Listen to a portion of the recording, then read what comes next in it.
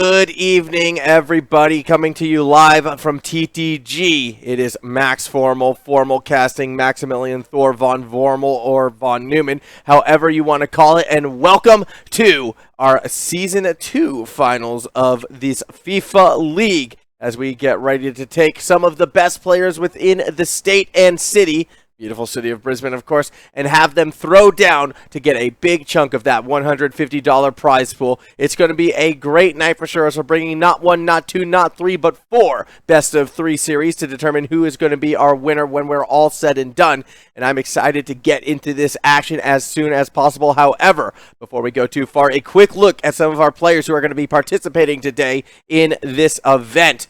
Some of the big names you're going to see right here: Darwin R, Alex P, Jordan A, Jeremy W, Mitch S, all of them big winners from various events in the past. Take a look at Darwin right there on the far left. Most likely the favorite to win the whole thing, actually coming in as the defending Season 1 champion, our #1 seed. But I also see Mitch Sutherland kind of hanging around here as well. He was a Brisbane Roar E-League player. He's already advancing to that quarterfinals as well. A veteran of this FIFA scene. He could be someone who could be looking to make a deep run as we take a look at some of our other players as well in this event.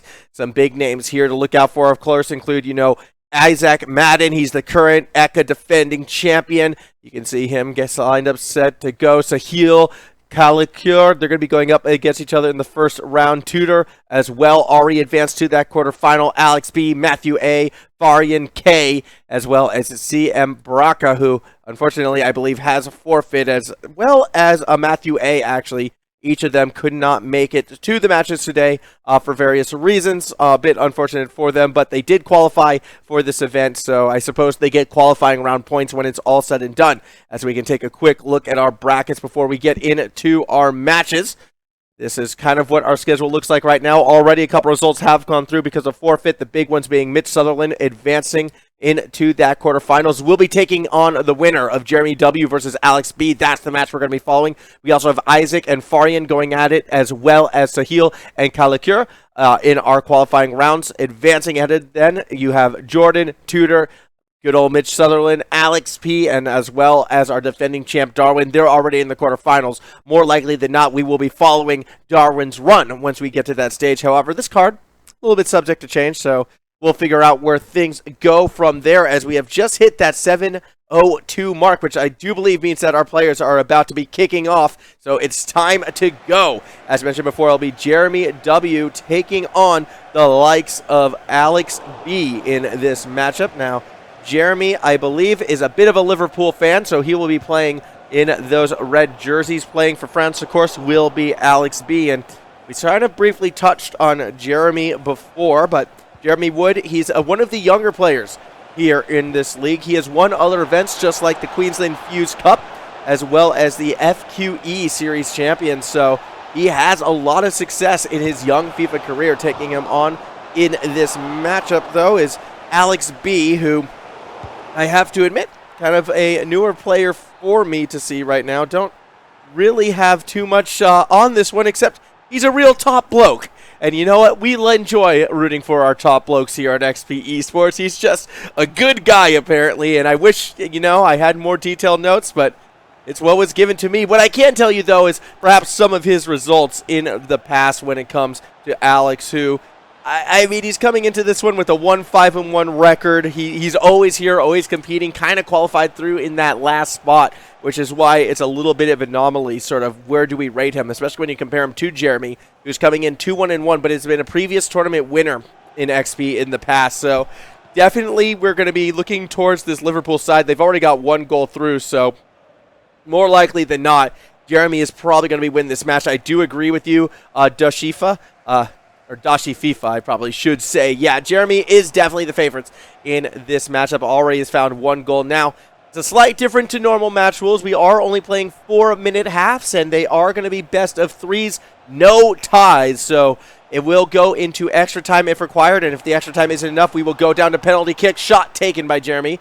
Going to come off the post, not quite on his mark. Follow-up shot will be cleared safely by the defender, and he sets up a bit of a corner kick right now, as we'll see if we're going to get something off of this one. Header into header, actually. So some action to get ahead right now. Actually leads to a bit of a breakaway situation for Alex B. Going to try to play on that far side. No real attackers to pass it to, so needs to go through this individual effort. Does find someone, but doesn't take the gap. A little bit surprised to see right there, as we see what Alex B can do now. Just outside the box. Going to throw around, try and cross up the defense. Easy interception for Jeremy, who quickly starts to take it back up the field, going that other way. This Liverpool lineup might not have the speed of the French lineup, but it is a very strong attacking side, so I'm going to be very curious to see who becomes that key striker for Jeremy as we do move forward in this match. We watch Jeremy once more. Going to try and cross up this defense, as he had one attacker just screaming down the center right there. Too risky of a pass, so instead we're going to go to the near side. Again, in an attempt to cross up, will be read and defended quite well. It will lead to another opportunity for Alex B. So, Alex is an interesting one coming into this matchup because historically has struggled against some of the other players in this league, but occasionally will pull off one of these larger upsets. So he's definitely not a player to write off entirely. Whereas Jeremy, cool, calm, collected, been in positions like this before, continuing the notion that this player is probably going to be the favorite. And you can kind of tell a little bit on the approach right now. Both these players actually have a bit of a similar style where they really do look to try to find these cross-up passes, even if there's a bit of risk to them. And that's led to a bit of an increase of interceptions right now, as finally Jeremy actually does mix up the strategy a bit, goes for the solo play. I do believe that went out on Jeremy's foot, however, so we will get a goal keep clear. As Alex is going deep with this pass, and actually pays off. That was a high-risk, high-reward type play right there for Alex, able to get some mid-pitch control. And then a cheeky interception does not disrupt, so Jeremy's going to be a little bit frustrated by that. That pass had a chance. It doesn't lead to the immediate shot, though. Alex pulls off, and that's going to result in a kick, a penalty one, I believe. Here we go. This is massive for Alex. Where will this kick go? It's going to go ahead and sort of change up our striker right here. Shot straight on, and, well, easily read. And Alex is not happy with that. The face palm coming through. He knows that's a missed opportunity. As do we get another one? No, that was the end of the half. All right. I apologize. Lost track of time. I was so kind of put off by that penalty kick at the end. I mean, the face palm really said it all. Could have put that shot anywhere. Just kicked it straight at the goal keep.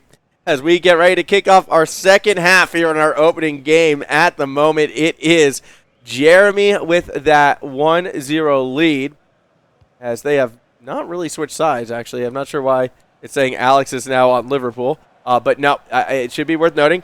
Jeremy still is our Liverpool player. Alex is still our player for the French side. So it is Alex currently playing from behind right now as we do watch. A little bit of back and forth. Eventually, we do see, I believe that is the French team on the attack with Alex, and they can only go so far. Jeremy's going to be able to take it off of them, as he will now look to push it towards that middle. Jeremy again, quick back and forth. He's going to look for a gap. Only 3 defenders. That could have been dangerous.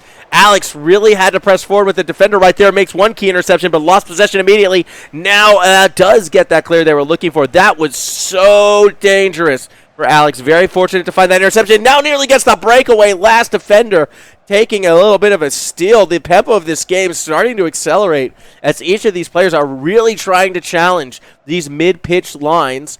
Eventually, it does wind up to Jeremy's, well, feet in control. That's a very risky pass, but the throwback shot and goal. That was a very well-played attack from Jeremy right there. Fantastic pass back, and it really caught Alex off guard because I feel like Alex was expecting that one to either go out of bounds or a bit of a weaker pass back towards the center, but that was an absolute missile. And now Jeremy smells that blood in the water, is looking for yet another goal on this one in the box. Can't quite beat the first defender. Fake shot save. Alex very fortunate to come through with that save right there. Needs a few more of those, but that's an awkward goal keep pass headed right back into an attacking formation for Jeremy, who's going to be looking for yet another goal. A third one could put this opening game away, as we see Jeremy take his time. I mean, it is in the Liverpool side to sort of delay this one as much as possible. Eventually, we do see Jeremy actually have to fall back a bit on defense. That's a cheeky little play on the inside. Alex B with a chance. Does he take the shot? It looks like the defense has recovered. Pass across, and that will be drained. Alex B gets one on the board to take us back within one. Alex desperately needed that goal right there to take us back within striking distance, but as that time keeps ticking away, only about 15 in-game minutes left, about a minute and a half if we were to use real times, as sort of see once again possession in the hands of Jeremy. What will they be able to do with it here? Actually looking to pass it back to their own side of the pitch right now before throwing it forward. That's an opportunity across the center. You can see the attackers moving forward, and that is not going to be taken upon. Those high-risk passes that we saw in the first half actually being utilized less often, and I think that has to do with, only a 1-goal lead this late into the matchup. For the record, Twitch chat, I do see you. We can have conversations, and if I say something completely wrong, feel free to call me out on it. Look, I'm a Rocket League caster at heart. We're learning this FIFA thing, so whenever I'm off kilter with something, no egos here. Tell me what I have wrong, and I'll get it right in the future. As it stands, Alex B on this attack for the moment, trying to find a way around the inside, it looked like right there, but just not going to get it. And I like how Jeremy is going straight at it right now, does not want to allow Alex to set up any sort of attacking pressure. And just like that, possession taken away, deep clearing pass, and that is not offsides. This could lead to a big play. Crossing up the field, finds the gap on the inside. That's good. That's very good. And that's a 3-1 lead with only a few seconds left remaining. That's going to be Jeremy taking this opening game. You would have to imagine right there. That counterattack so quick, so deadly, and that last cross-up, the extra bit of spice needed to put Jeremy out on top. As we wait for the final seconds of this game, it is going to be going to Jeremy in our first game of this best of 3.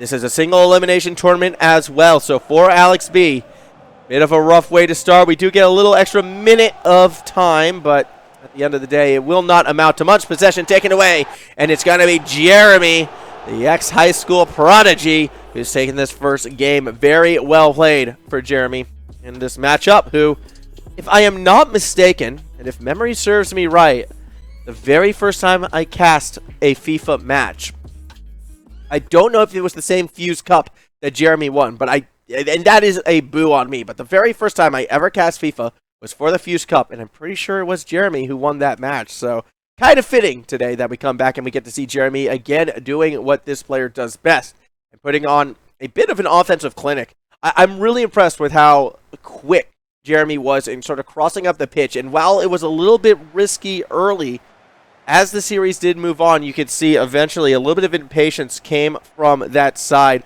of Alex, and it got punished. And I can't blame Alex for that either. When you're down, a goal laden and you got to put that one through, that is when you need to commit. However, as we continue into our second game, still plenty of time for Alex to come back in this matchup. Although, as it stands right now, you can see Jeremy actually being no longer afraid to challenge as much in the mid-pitch. Eventually, though, we do get to a bit of an attack being established by Alex right now. Pass back was met for the middle. We kind of got away. A little unfortunate for Alex. That's going to be a bit frustrating. As we see a 3v5 approach. Good job by Jeremy to sort of delay this attack and just allow the rest of the Liverpool side to be able to rotate forward. Now they can set up a proper assault. A great individual play does lead to an eventual interception. Just one too many defenders in the way of that Liverpool attack. Counterattack being played right now. Can't really throw it to the middle. It's a nice box being set up, yet somehow, some way, Jeremy finds a way through it. Now a chance to strike. Not going to take it. Looks for the pass back, but it gets shut down as well, or does it? I don't know how Jeremy's found that gap. However, the goalkeeping is on point right now for Alex, and they'll come through with a nice save. Sorry, on point for Jeremy, I should say, and Alex will unfortunately come up a little bit short right there as we do watch Jeremy looking for a cross-up, looking for that header. Not going to find it. Good goalkeeping by Alex on this instance.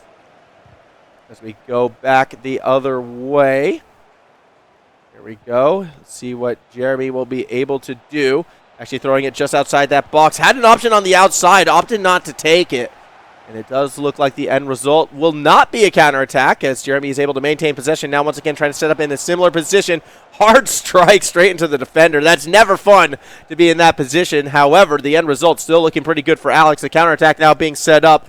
Similar mid-pitch defense, though, right now, and it will go to an easy interception from Jeremy, who's really keeping those defenders clumped in the middle as much as possible, not allowing Alex to get those cross-up passes that this attack seems to be a little bit reliant on. I like these types of adjustments on defense right now, and it is paying dividends. If we're going by time of possession in this one, it feels like eventually Jeremy's going to get one through. That attack was dangerous, but the save will be made.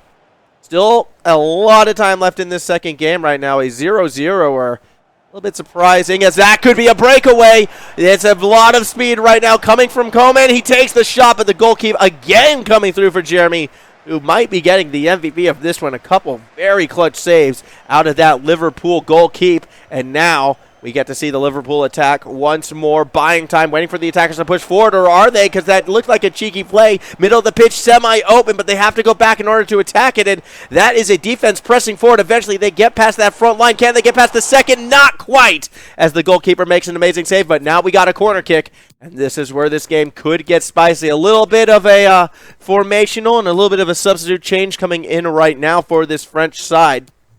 Does look like Alex wants to make sure that defense is ready to go. Here we go. Corner kick situation. A massive goal can be scored here, potentially looking for the header, but it will be a pass back, actually, from the Liverpool side. Defense still clumped up in the box, and strangely enough, we kind of just saw almost Jeremy running straight through, but it does lead to another corner kick, so a second attempt for Jeremy right now, this time a little deeper, leads to that header shot. Save is going to be made, and the French side survives for now. Alex very happy, goes for a very risky pass, nearly had the speed for the breakaway. Unfortunately, it was just a little bit too wide, but with an individual move, we got an opening shot on target, saved by the goalkeeper once again, as this Liverpool goalkeeper really earning that paycheck today. Jeremy has had to rely on that goalkeeper a fair few times so far into this second game. We do see a throw out right now. Jeremy still has a few more seconds in our opening half of game number 2. Whoops, that's a little bit of an unforced error though. So perhaps it will be Alex who tries to set something up, keeping that ball back all the way to their goalkeeper. Going for the deep clear. It will be challenged. Nicely read. Throwing it towards the middle, although no real opening for a breakaway. And I love that defense rotating back. Gets that interception. As we go to the end of the first half, one last attacking opportunity. You'd have to think it's going to be a bit of a breakaway. One more shot. Does he have it this time? No, again, the goalkeeper keeps it in play, and that's going to do it for the first half. And you can see Alex shaking his head, thinking, how many breakaways am I going to get? How can I get it past this goalkeeper right now? Because that Liverpool defensive side has been very inconsistent, I'd like to say, but the goalkeeper has been a brick wall. And with the tie game going into the second half of game number 2, I would like to remind everyone, we are playing a best of 3 with no ties. So, in situations like this, someone's going to get a goal eventually, be it in regulation, extra minutes, or in penalty kicks. And as long as that scoreline is 0-0, I feel like that is the best opportunity, perhaps, for Alex to really keep themselves in this one, as we are looking for a ball going out of bounds right now. Eventually does wind up in possession of, that would be Alex on the initial attack. Trying to do another one of these cross-ups into the middle. And I would like to see Alex attack the sides a bit more, because that's where we saw the breakaways. And every time he tries to take that ball towards the middle, Jeremy has been able to make interceptions like this. It feels like the middle of the pitch has been shut down so well. And now we got a bit of a breakaway going Jeremy's way. A chance for the shot, goes for a fake instead. And it will be taken away by the defense. Well read by Alex in this situation, but a mid-pass again towards the middle of the field. Gets immediately intercepted, and now once more, it's going to be Jeremy looking for a way through. Goes for the pass back, has that one intercepted as well. And actually, it's going to lead to a pause and a substitute on the French side. So Alex, I think, going to be subbing in another member as we take a look on the other side right now. It looks like Jeremy trying to fix up their attackers a little bit more. Wants to get Mbappe a bit more on the side lanes, as that's going to be the name of the game, apparently. Or actually, that would be Alex who's going to be trying to get Mbappe a bit more involved. Still waiting to get back in this one. Still a 0-0 game. As we see it pass back over, it's going to be Jeremy again with possession right now. Was trying to mix up that attack a little bit and has a few openings. That could be a big one. Ball just outside the box. One defender to beat till the shot.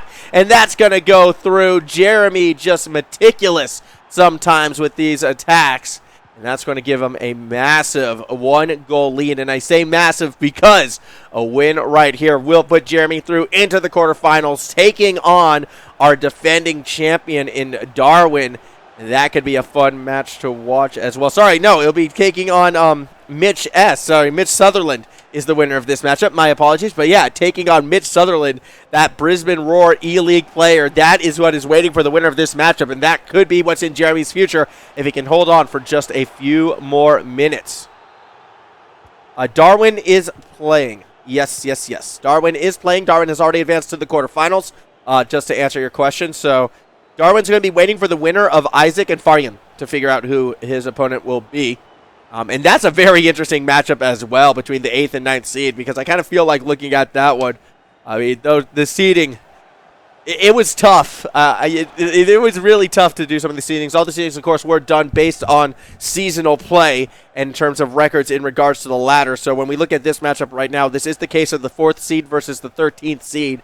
Alex B just getting that last spot in this event, and now could be watching themselves making an early exit. Unfortunately, only 20 in-game minutes remaining, and with 4-minute halves, That's roughly about a minute and a half to find that equalizing goal. And with how relentless Jeremy has been on this attacking side at keeping that ball away from defenders, Alex B, we saw it last game, got a little bit impatient, took a few more risks, and then got punished and watched the goals kind of go away and watch the game get away from him. I'm curious if that's going to be a similar occurrence right now. Pressure being established from this Liverpool side from Jeremy. Pass back just outside the box. Doesn't take the immediate shot. Instead, tried to cross it back up again. And I think that last little pass did allow for one intercept, but already the midfield play again goes right back in favor of Jeremy, who's again attacking this box with these surgical passes somehow through the traffic. Now one more pass back towards the center. Will be blocked, but not intercepted. Time working against Alex, and he just needs to find a way to get this ball back, but Jeremy doing everything to keep it away. Shot, goal! Out of nowhere, and even Alex is like, where did that one come from? Wait, I got to get back into the game. Hands back on the controller. Let's keep this one going. It really is a tough matchup for Alex. You can see that defense was doing everything it could to try and keep Jeremy from finding the gap, but it was just not meant to be, as now we see Alex looking for a bit of any sort of counterattacking play, but in the 2v3 had to rely on a bit of a solo effort, and it's not going to work out. Now we nearly see a counterattack going back up the field, but this one will be taken away as well. Getting that ball to the outside. Alex throws it forward. That's onside. That's a chance, but you need one more cross-up pass, and the defense is already there. Jeremy has this one read, shuts this one down, and I feel like time is not going to be enough, unfortunately, for Alex B. Jeremy with possession as we go over to our extra minute or two. It's going to be Jeremy getting the win right here. Alex, I think, completely aware of this, is still going to look for one more goal. You never want to get shut out in your final game of the season, but it's going to be the case nonetheless. Jeremy gets the win, the elbow bump as we stay COVID safe, and Jeremy advances to the quarterfinals.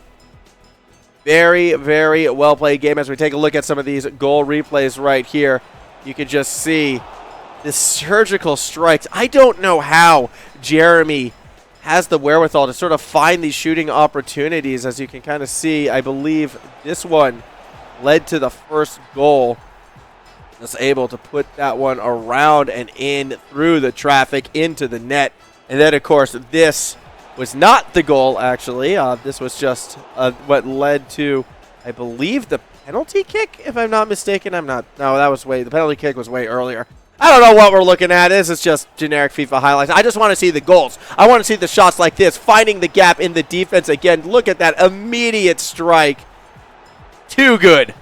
Too good. Top right bin as well. 2-0 victory. Very well done for Jeremy and the Liverpool side. Now, for us here at the FIFA League, we are going to be taking one last look at our competitors. I'm really nervous for Jeremy moving on, though, because Mitch Sutherland is going to be a tough matchup, and I think that's going to be an exciting one. Now, whether or not we cover that match, I'm not too sure, because there's going to be a lot of exciting quarterfinal matches around the corner, and we only get to see one of them.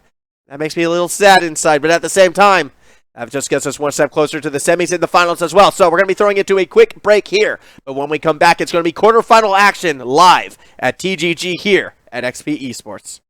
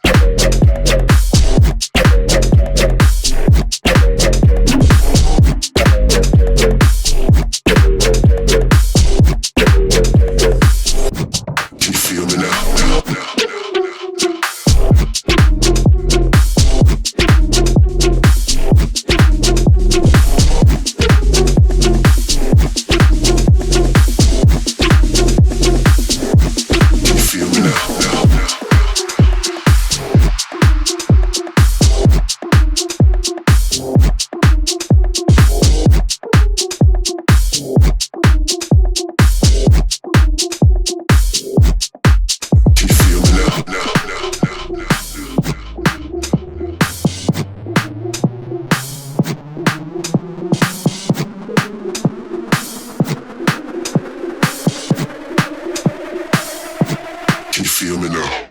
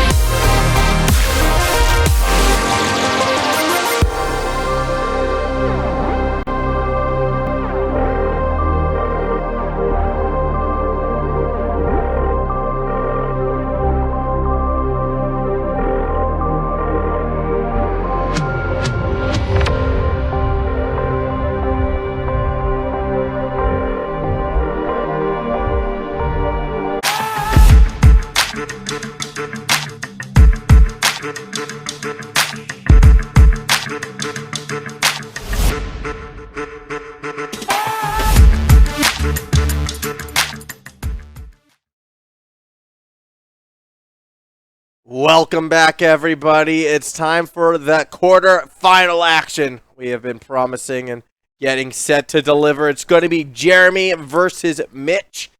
We're continuing along with Jeremy's story. They had a big win over Alex before, but now it's time for a battle between the number 4 and the number 5 seed of this event. You can see right here, Jeremy got through that first round with a very nice 2-0 victory. It was a very dominant performance over Alex. 3-1 in game number 1 and 2-0 in game number 2. That's right, we're playing best of 3s. No ties allowed as we go to extra time and then penalty kicks should the games warrant it. As it stands, though, going into our next matchup, I do believe we're going to see a little bit more competition necessarily than what Alex B was able to come through with. Not that Alex B is a poor player by any stretch. We're talking about Mitch Sutherland and Jeremy Wood. We're talking about two champions in various different tournaments about to go at it. And overlook at the picture right now. Still waiting for some of the qualifying rounds results to come through. Isaac versus Fagan, as well as Sahil versus Kalikur. It's actually, they will then move on to take on Alex P, as well as Darwin, kind of semi-reverse respectively. Also, Tudor getting a win over Jordan A, and that is a little bit of an upset. Might I add, the 11 seed of Tudor actually coming through right now with a pretty significant run. I mean, Jordan A, one of the favorites in this event, going down quite early. So a bit of a shocker right there for Jordan. It's going to be a little bit frustrating. Has made it to, you know, deep in tournaments in the past, but just unable, despite a pretty spectacular season, will be coming up short today. For Tudor, though, it's going to be a bit of a run. Meanwhile, Jeremy versus Mitch. This is going to be our next match, and I do believe we're going to be cutting to it right about now. It should be Jeremy in Liverpool once more. I imagine Mitch is going to be rocking that French side, so looking very similar to our last matchup as we do get underway. I was correct. Wasn't really told ahead of time. I just had to assume. We had to play the guessing game, but yes, we are correct. It will be a chance of Mitch in blue, Jeremy once again in red.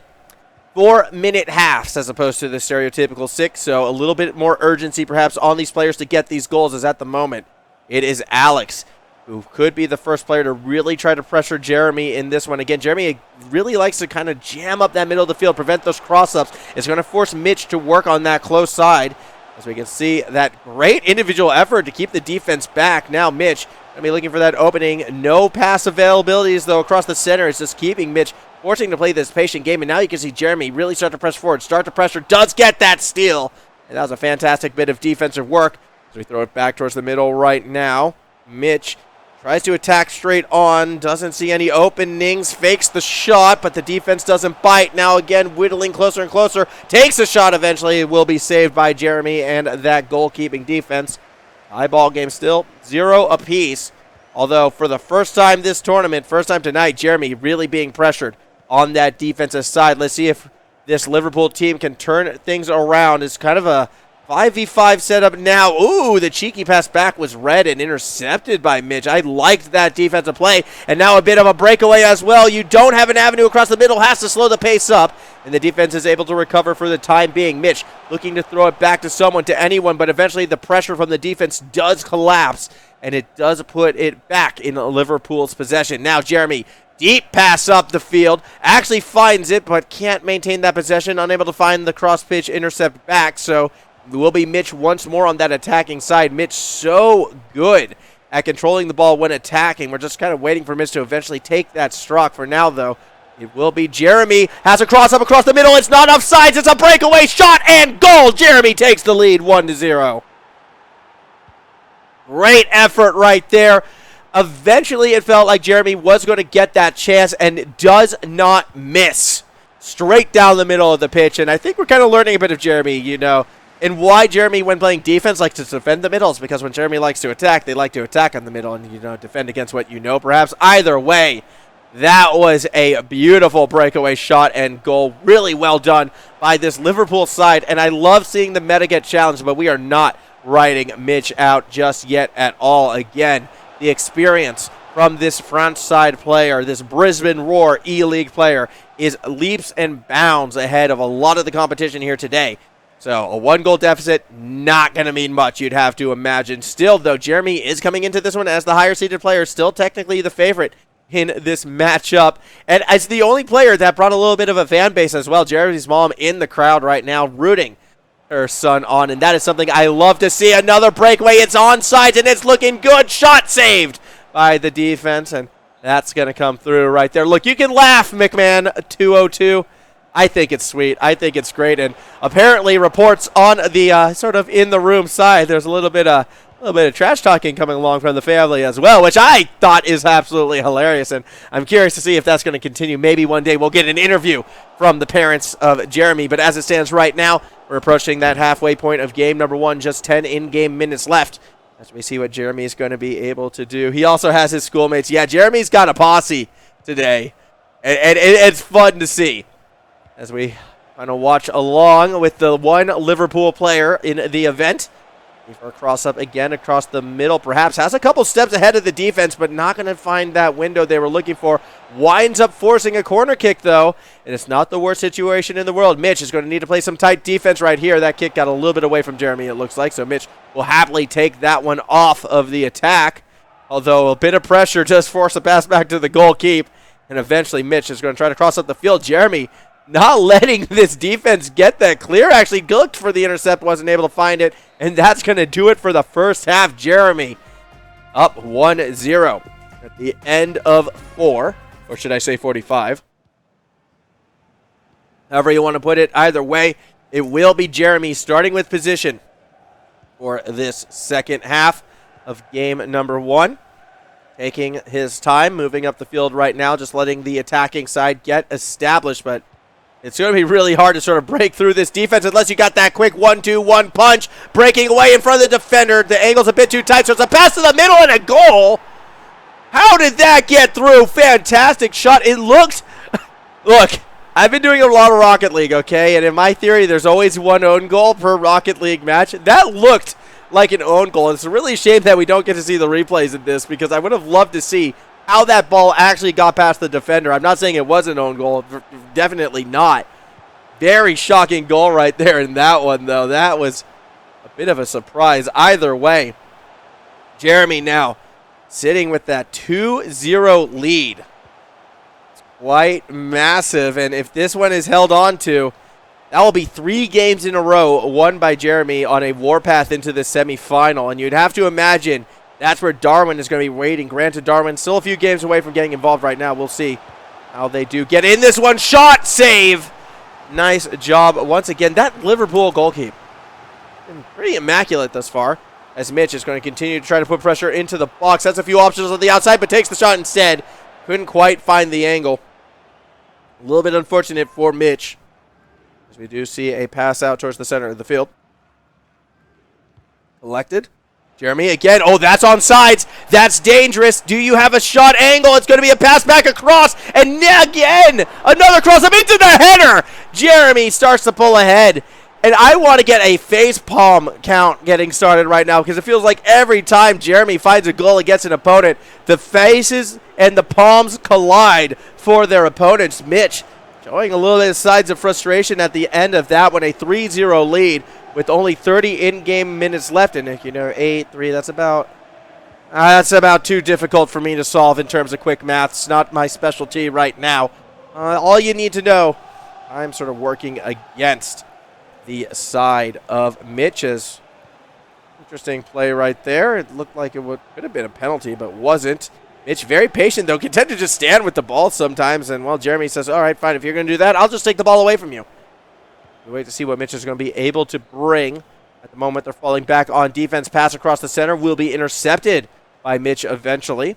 We'll hold on in the middle of the field, trying to find an opening, trying to find a gap, avenue, anything realistically to come from Mitch's side right now. 2 attackers versus 5 defenders. Now changes to a 5v5. And there was a breakaway, but the play was being moved too tight to the outside. And the end result is no opening for Mitch. Just not quite the right footing to take advantage of that defensive slip-up. Still, it goes to a penalty kick. As let's see what Mitch can bring. Shot does not hit its mark. And for the second time in this tournament tonight, Jeremy has survived a penalty kick through mistakes, I would have to say, of the attacker. Very, very fortunate for the Liverpool player. as we move along. How's it going? What's up? I'm going to assume that's addressed to me, although I think it's to you two lovely gentlemen or ladies in Twitch chat. Not going to assume anything here, but I hope you're all having a wonderful day because we're having a wonderful day here at TGG right now. Passes across the middle will be collected by the French side. So Mitch still with a chance. Going to start working their way up the field as well. Eventually possession's going to be gathered.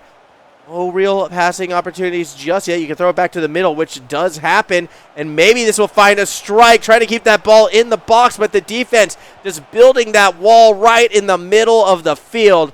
And there was nowhere for Mitch to go again. Shaking the head in frustration. The defense coming out of Jeremy has been so consistent throughout all 3 games we have now seen. That's right, game number 3, or game number 1 in this series, I should say, is about to come to an end. One last shot will be saved by the goalkeeper. It's going to be Jeremy, though, going up 1-0 in this quarterfinal series for Mitch Sutherland.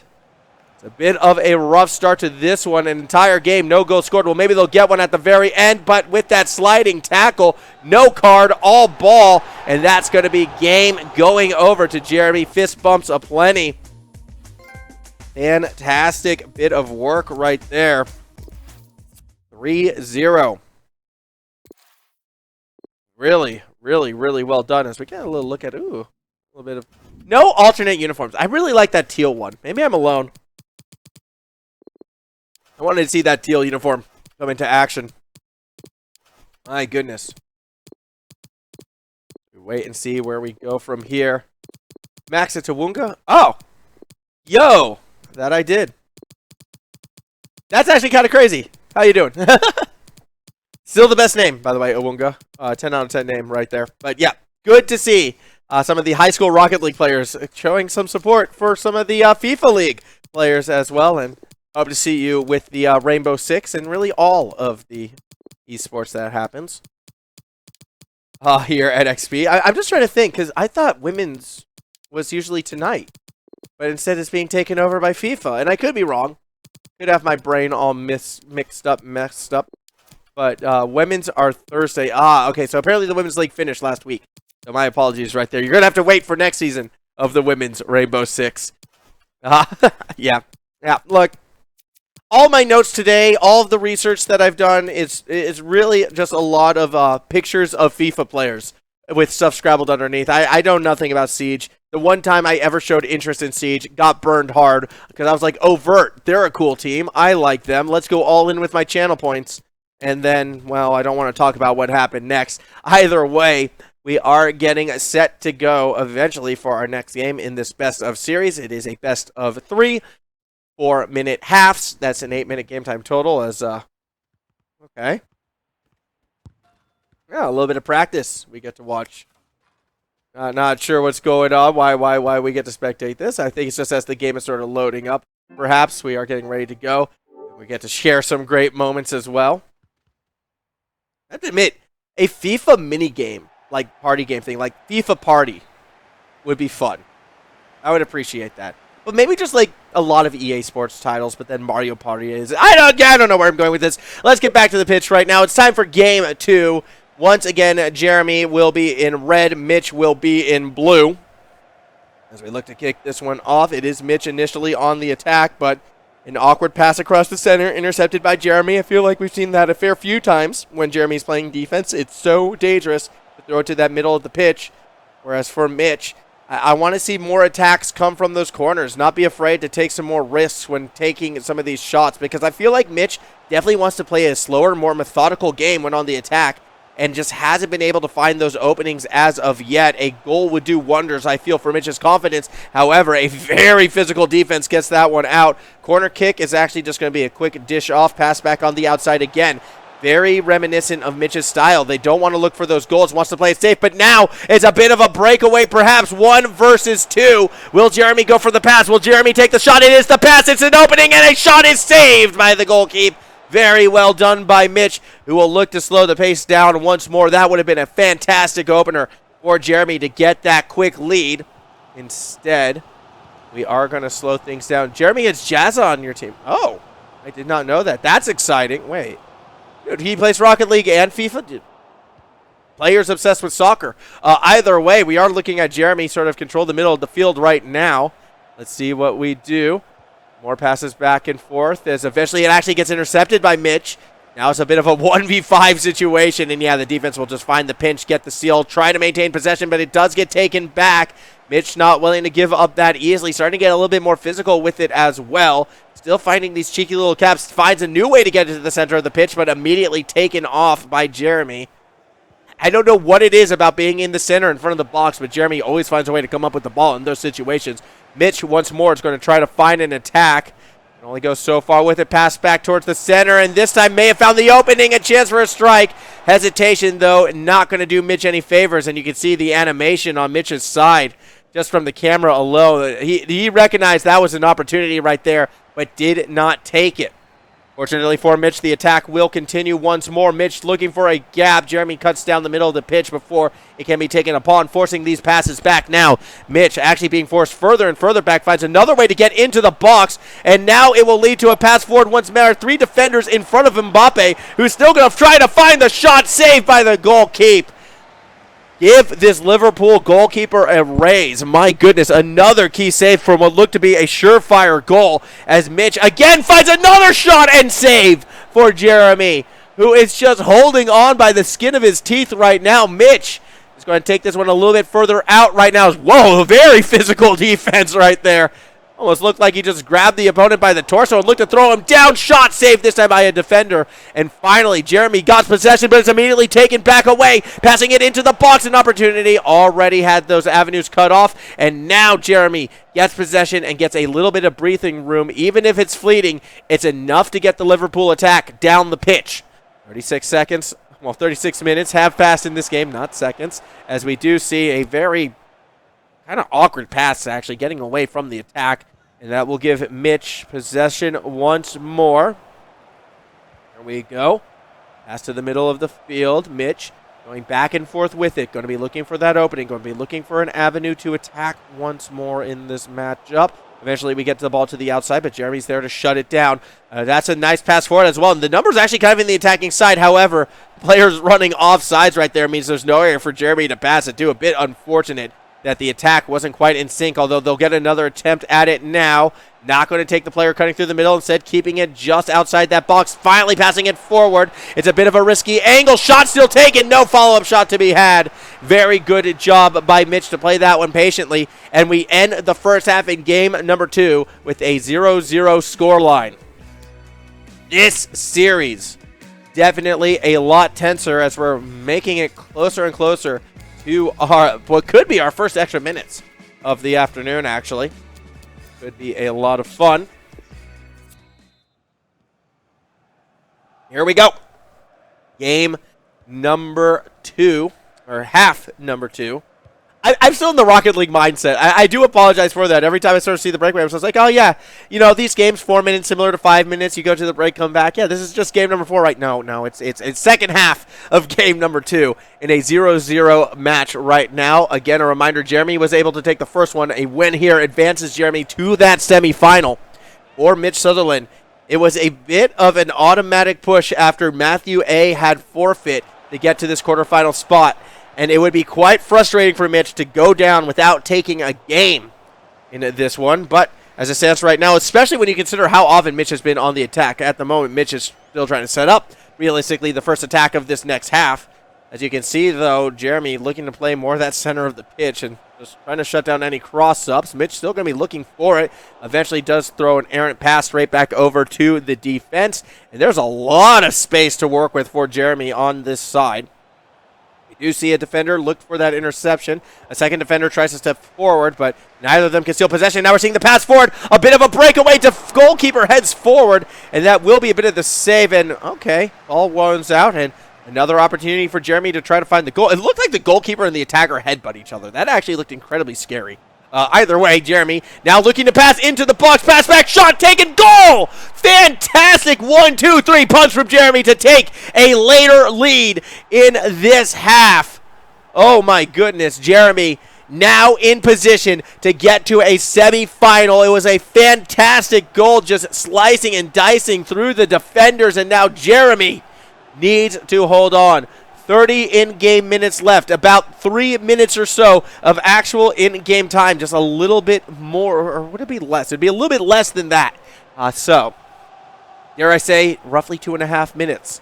It's going to be a tough challenge, that I can say for certain, especially if Mitch continues this patient play. And to have patience when down and your tournament life is, breathing very, very deep, labored breaths, it shows a lot of composure, but at that same time, this goalkeeper from Jeremy, I do not understand how one goalkeeper... I was questioning why Jeremy plays Liverpool. I think we're learning why. I mean, look at him.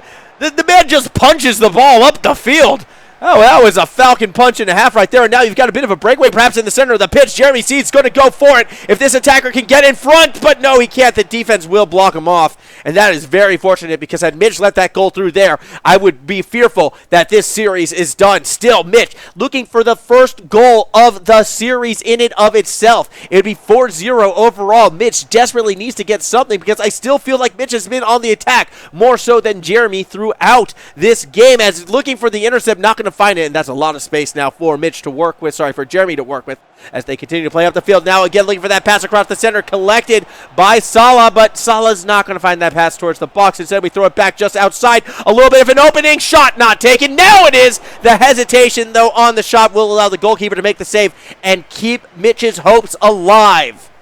Out of the corner, though, if Jeremy can find another corner kick goal, it would be absolutely massive. Goalkeeper, though, punching it out towards the center of the field, and Mitch has an attacker waiting for it. Although, playing forward, Jeremy steals it back. Another opportunity. 1-2-1 shot, save! Once again by Mitch and his defense, and that goal as well could have put this one away.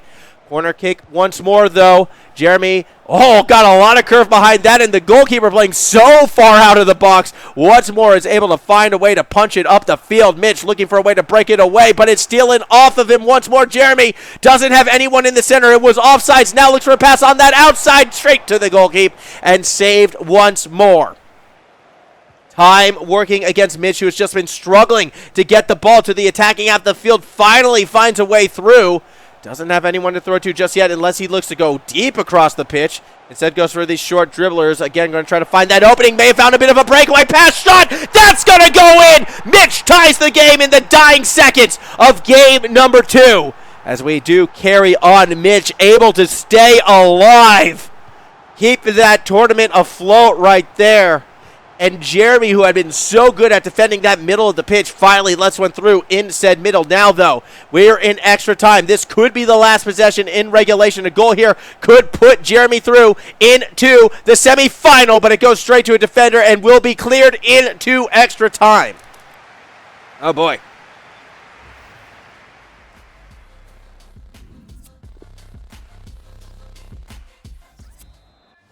So here we go. Extra time in this match.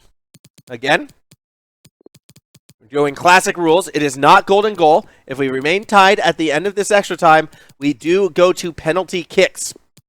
Jeremy wins this one. Jeremy advances to the semifinals. If Mitch holds on, Mitch will take this to a game number 3. There'll be one more match of FIFA to determine who will be going to that semifinal showdown. This match was billed as our 4th versus 5th seed.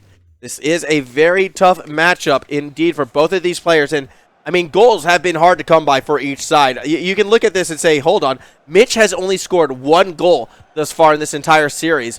However, perhaps that was the catalyst to put more through because that goal was so late, so clutch. And now we're in that situation where Mitch, back on defense, has to be very, very cautious in how they approach that ball. Here we go. Pass. Across the center, Mitch, again, looking to maintain that possession, but Jeremy, it's right in their wheelhouse, and they are able to steal the ball away, not once but twice. Eventually, Mitch, though, is going to look to throw it back towards that center, really taking their time. And that's something I greatly appreciate about Mitch's gameplay. Willing to play the patient game, willing to wait for that defensive misstep. As we see, again, more pressure established just outside the box. Not willing to take any risks just yet, as eventually Mitch does push it to the corner, found a way through, look for that pass to the center, it's there, but it's a little bit awkwardly collected, and that's going to lead Jeremy now trying to find a way to find that fast counterattack, but the ball is taken right back as Jeremy is forced back on that defensive side. Numbers not really in Jeremy's advantage, but still the little defenders do make a play off of a bit of an unforced error. I'd have to say out of that pass, not going to find that quick breakaway back up the field. The possession still held by Mitch, who is again going to slow the pace right on down. Pass forward. Has an opportunity to cross it back up towards the middle. Do we see that strike? Oh, there was a gap, but that would be a very far shot. They need to get that ball a little bit closer. Now has a chance. Goes to the outside, but it will be intercepted and taken away by Jeremy as we end the first part of extra time. Mitch, maintained possession through that entire experience and just never really let Jeremy have a chance. Now we get to see Jeremy starting off this extra time. Let's see if Jeremy is going to be able to find a goal.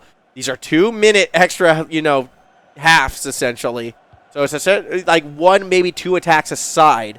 That last one was all Mitch, who just, again, could not put it through. Perhaps we'll see Jeremy find something. There's an opening straight down the middle, but Jeremy is going to hesitate before taking it. Shot, hesitation, tried to go for the fake. The second touch, though, was read by the goalkeeper. Very, very fortunate for Jeremy. And for Mitch, I should say, in this one, that the goalkeeper's able to make that save. And I love watching Mitch and how he just slowly pushes up the field, taking his time.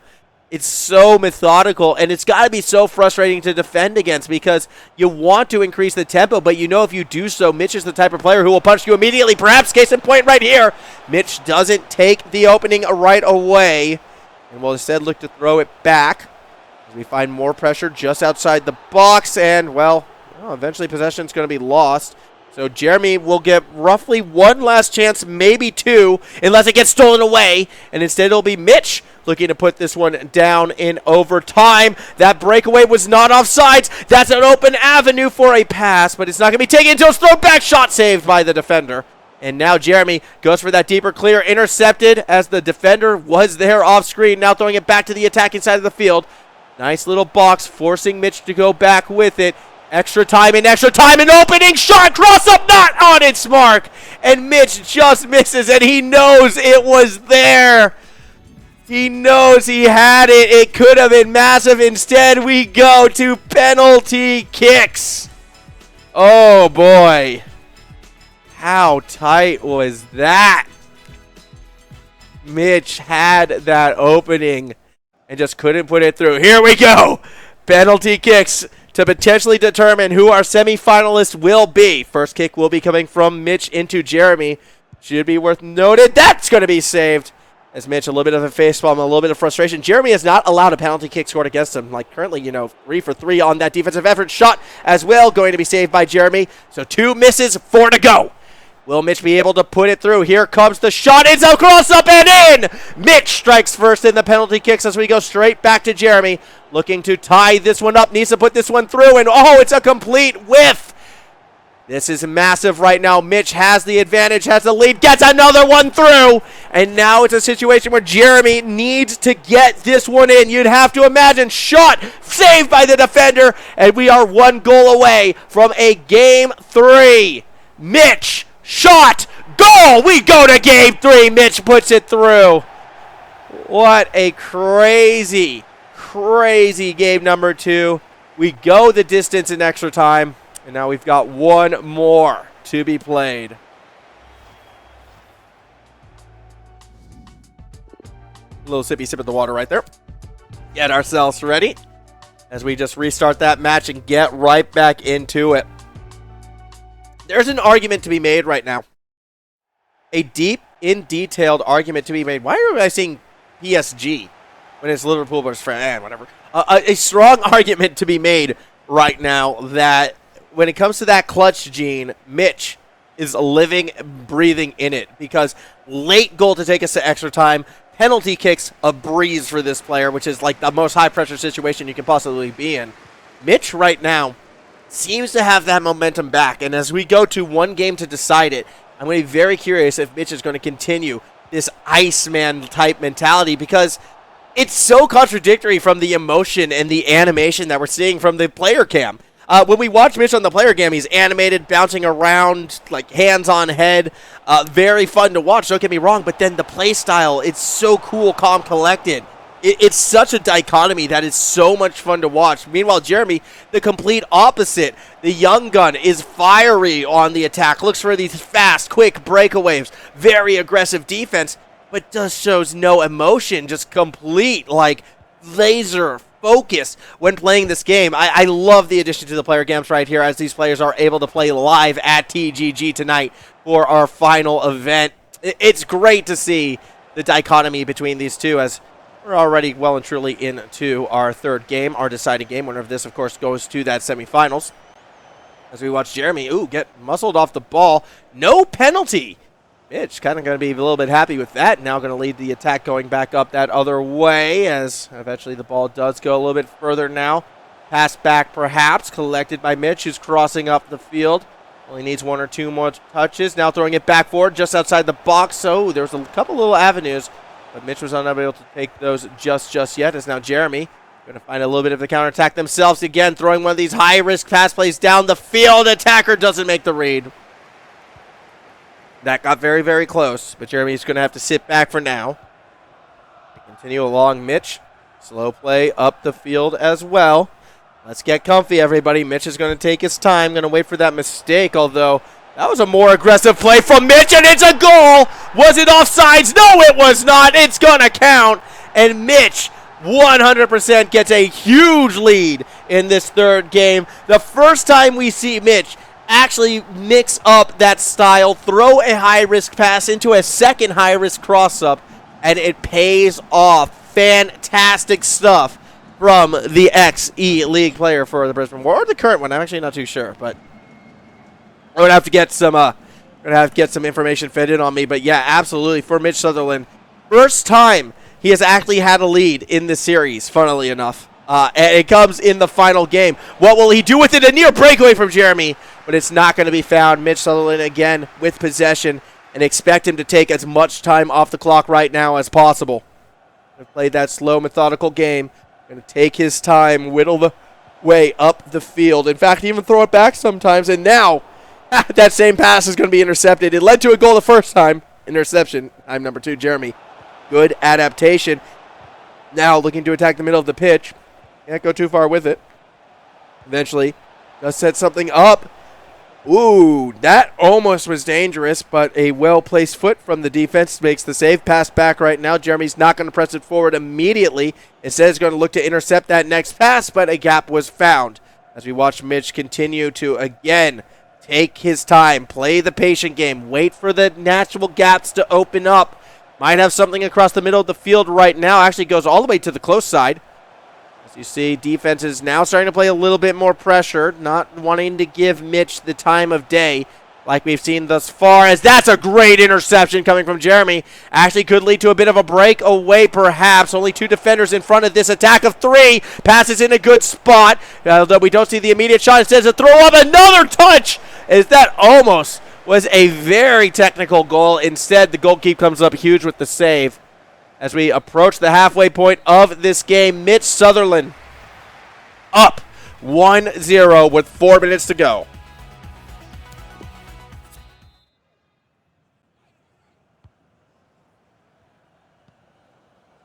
Here we go. 4 minutes on the clock, or 45 in-game minutes, however you want to put it. It's all on Jeremy now.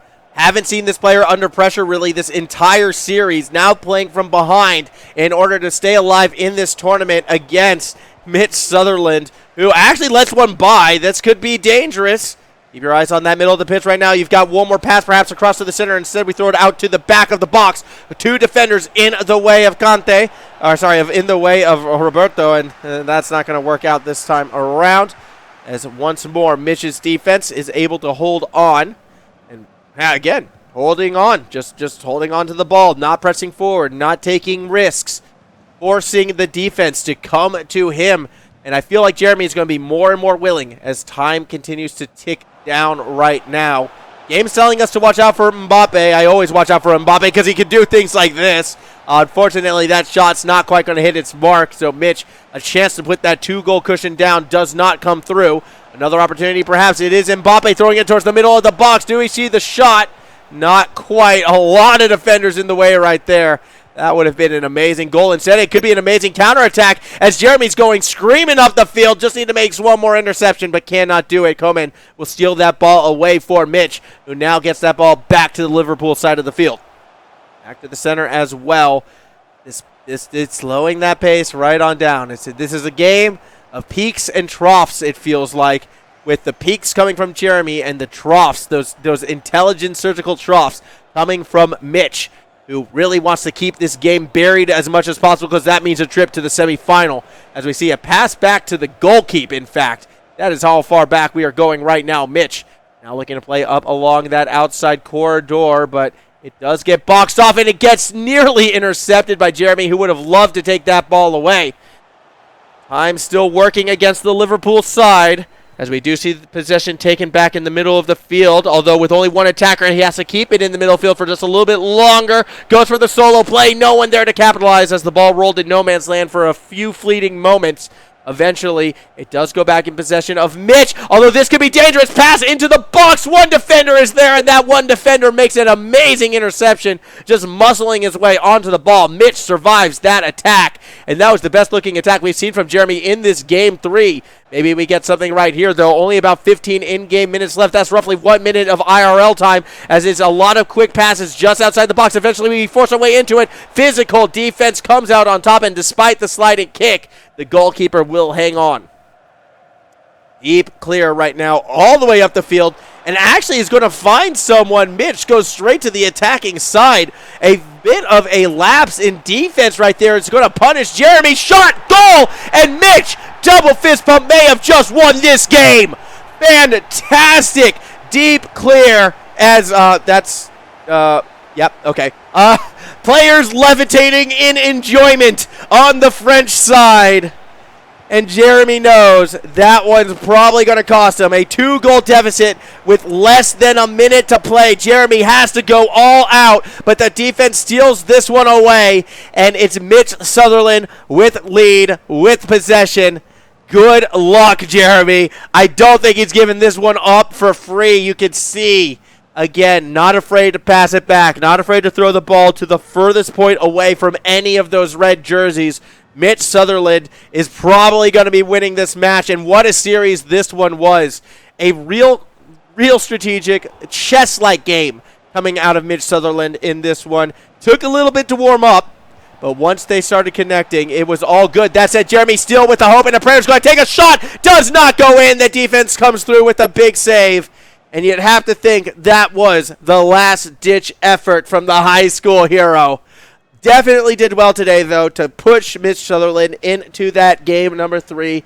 A fantastic victory ahead of time, but penalty kicks, you have to think that one goal in Game 2 with less than 30 seconds remaining, Mitch is able to take that and use it as a catalyst to get himself to the semifinal. The French side, they're celebrating. What an amazing match.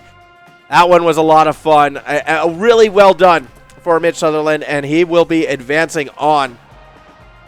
We're going to take a look at some of the highlights from this third game. Again, I mean, yeah, that was a shot. Didn't go in. And that was, like, honestly, the closest shot we kind of saw out of this, out of Jeremy in that one, to be quite honest.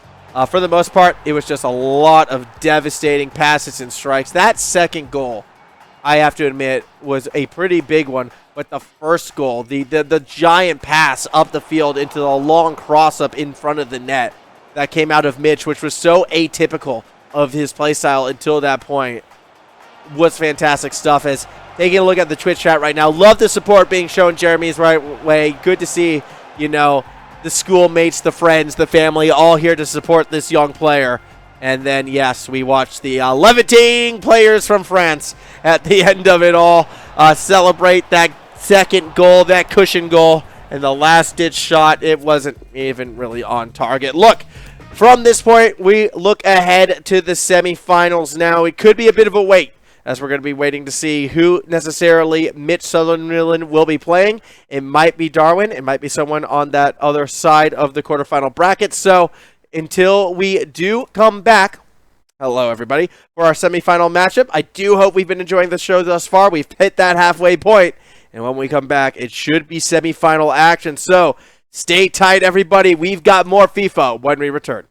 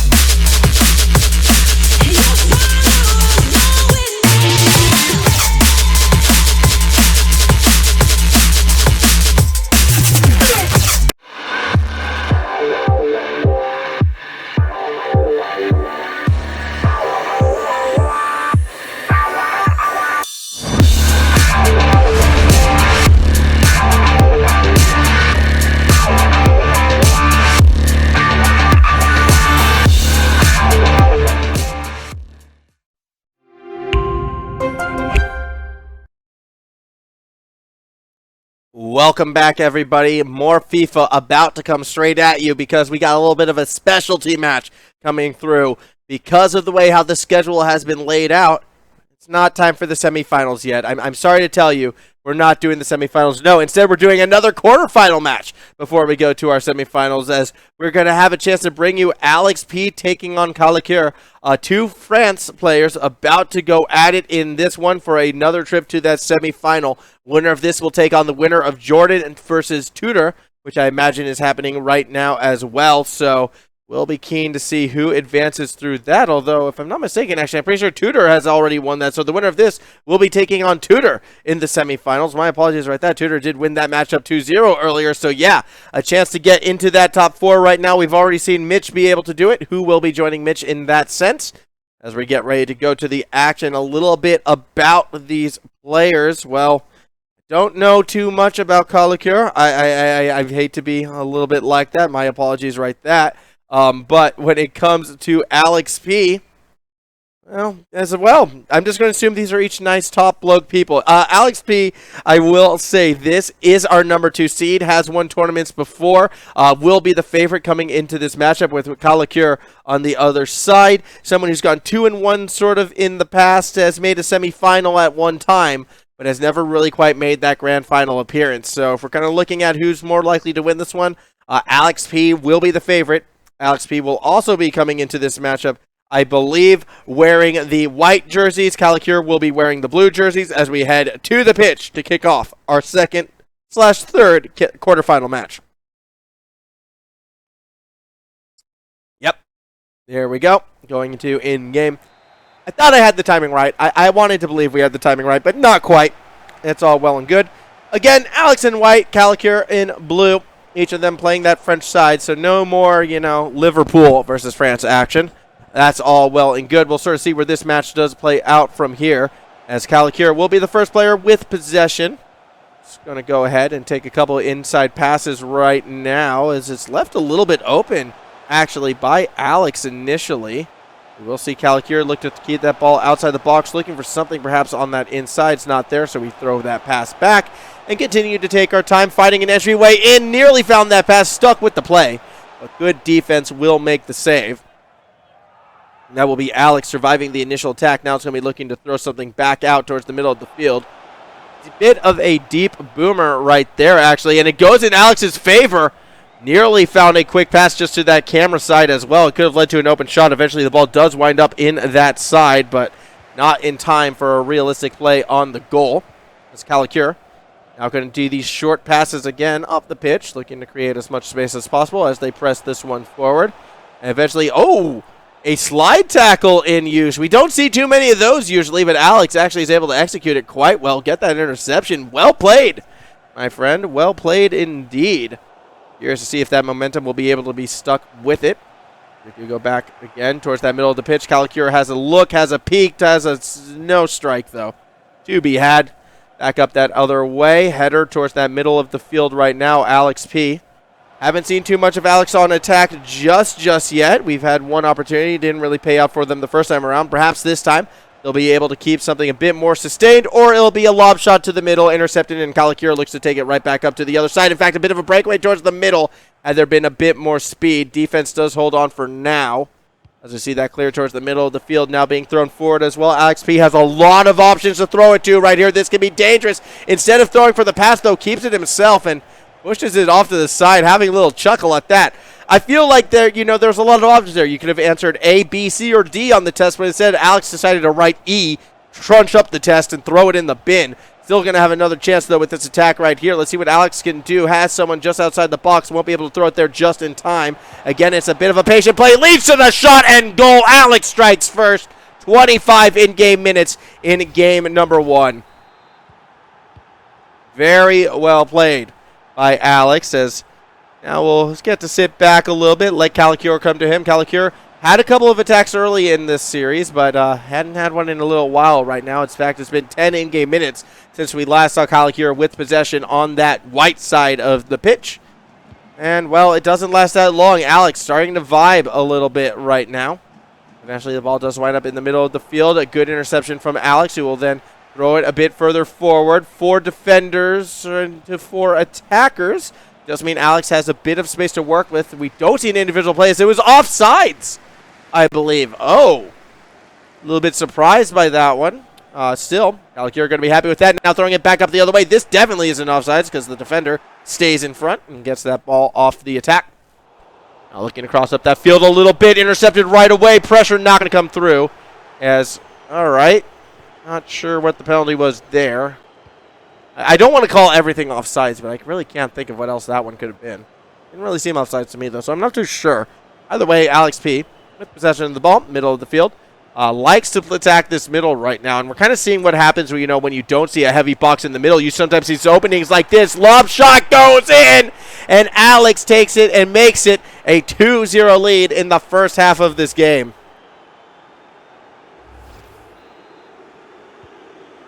Smiles on the face of Kalakir, though, so I don't think this blue side isn't worried at all right now. Alex going to stay back for the time being. Eventually does get an interception. Only 5 minutes remaining in our opening half. Again, these are 4-minute halves as opposed to the usual 6, just because we have a lot of games to get through today. And, 4 minutes, it increases the aggression, increases the, dramatization, the drama, high tension, high aggression. High passes across the middle leads to whiffs and no real shots taken. Alex P, though, still playing on that outside of the box. Actually finds an opening. No! Doesn't take that strike. The angle a little bit too difficult. Alex not really a fan of it. Again, still trying to play within the confines of the box, but won't be able to go too far as he actually gets kind of forced into the corner. Ball does roll out. Does that end the half, or do we get one more play? Looks like we're going to get one more play, actually. Nope, that was the half. All right. 4 minutes through our opening game, and it's a 2-0 lead for Alex. Again, Alex coming into this one as the number 2 seed. Calicure, our number 10 seed. So, if by seeding alone, Alex would be the favorite in this matchup. Seeing some of that come into play right now. I mean, it's been a pretty dominant performance thus far. 2 goals and a half is definitely nothing to sort of besmirch whatsoever, although by running out right there, Alex B, a little bit of frustration, just gave up that corner kick. Let's see if Calicure can turn it into a goal. It's going to be thrown right to the middle of the box, but the header goes the other way. And that's going to be possession actually taken back by Alex right now, who looks to throw it back towards that middle, can only go so far with it. You can see Calicure now looking to set himself up. Runs into a couple of defenders. Ball back thrown into the middle of the field. Alex actually is going to try to find a back pass. I thought it was going to lead to a breakaway. Perhaps now it does. Not quite as the defense able to hold on. And eventually start to throw it back up the field. Calicure going more and more towards the center of the pitch. Getting more and more organized and set up for this one. Ball does get quite deep, but not deep enough. As we play more towards the middle, or well, the mid/side, the corridor, I'd like to call it. Again, Rocket League reference. There you go. I have Rocket League references for days. We're going to have to live with this. Alex, trying to find a recovery for the shot right there, but can only just keep possession. Instead, pass back just towards that outside corner. Might have something across the middle, however, eventually gets the ball to it. Now back towards the inside, looking for the strike, opening for the shot, pass back instead. And it's going to be collected by this defense. Calicure comes up huge in the situation. Still roughly 3 minutes to go. We see Alex continue just to play this patient game. Eventually, it's a bicycle kick save actually from Calicure, who looks to take it back up towards the other side of the field. Slows the pace down a little bit, leaves his attack some time to get themselves nice and spread out, giving as many options as possible to push the ball forward. And you can see a lot of space being given actually to the blue side right now. Eventually, though, the space is not going to be enough, and it actually gets intercepted right back by Alex, who is looking to lead that charge back the other way. A bit of a fight in the middle of the field right now does lead in favor of Alex, who's crossing it up a little bit. Looking for any attacker just outside the box to play the ball towards. Actually goes to the far outside. A chance for one last cross-up shot outside. Not going to be found. Defense gets in the way. Well played by Calicure in this one, who is now looking for a faster counterattack. One more attacker up the field to throw it to, but he can't throw the pass. They were offsides. And a sliding tackle again from Alex does pay dividends. The ball stays in bounds. And it's actually Calicure who pushes it out. And you can see a little bit of frustration right there. Really wanted that attack to work for the blue side as we do approach essentially the final 15 of in-game minutes, which is roughly 50 seconds of IRL time. Not a lot to work with. Here we go. Calicure has to find a way to get not just 1, but 2 goals in. And on the back foot, playing defense, it becomes that much more difficult. Cross-up does not lead to a shot. Defense comes through with a nice header. And that actually starts to go quickly back up to the other side of the field. One attacker is left, though, and that's going to be Mbappe trying to put in a lot of work. In the end, just has that slide tackle work against them. It will lead to a throw-in, but more importantly, it allows the offense to really spread themselves out. And it could have been a shot. Calicure knows it as well. A bit unfortunate that one's not going to find its way into the goal or remotely close to it. Alex now, with a goal kicking clear, can throw this one so deep and possibly put game 1 out of reach depending on where this ball bounces. It actually momentarily goes in favor of Calicure, but it's going to be taken away. The back passes helping give Alex some space as time management has become the name of the game for the white side in this match. Calicure with possession eventually is able to steal it away. Has to make this attack work. High risk, no reward. can't find that last touch forward up the field. And that should, in theory, do it for our opening game in this second quarterfinal match, or third, depending on how you want to sort of view and word it. We do see some pressure. Oh, what a fake. What a shot. It doesn't turn into a goal, but it's still fun to see. Last possession of the game as the gets whistled dead. Kalikir drops our opening match 2-0.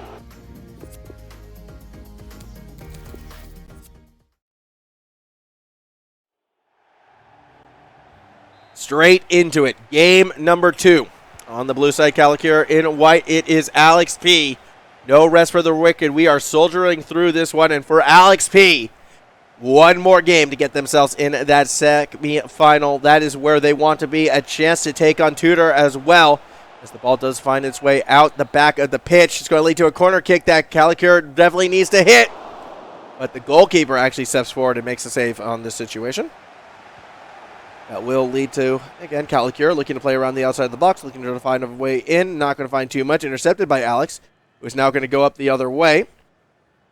As we see Alex slowing the pace down. This could be dangerous, actually. If Kalikir is not too careful, they could give up an early lead. And that's an offsides.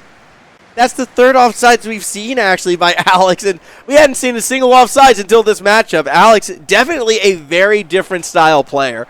And it's a lot of fun to watch as well. Like, he's willing to take those risks, go for those slide tackles, take those passes that may or may not be entirely legal. But now it's Kalikir who actually might have a chance for the first goal of the series, trying to find someone on the other end of the box, but cannot get that pass to the center. And now we're going back up the other way as well. Pass over to Popka, who has not yet exactly what they want right away. As that ball staying inbound somehow, some way. Alex P maintaining that possession. Now looking to attack the center of the pitch. Had an opening across the middle, but instead keeps it on the outside.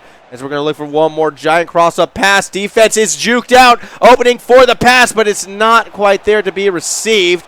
Eventually, it does lead to a smash of a header coming from Kalikir in order to push it out of that danger zone, but straight into a waiting midfielder means we get one more attack. That's a cross-up pass shot, not to be had right away.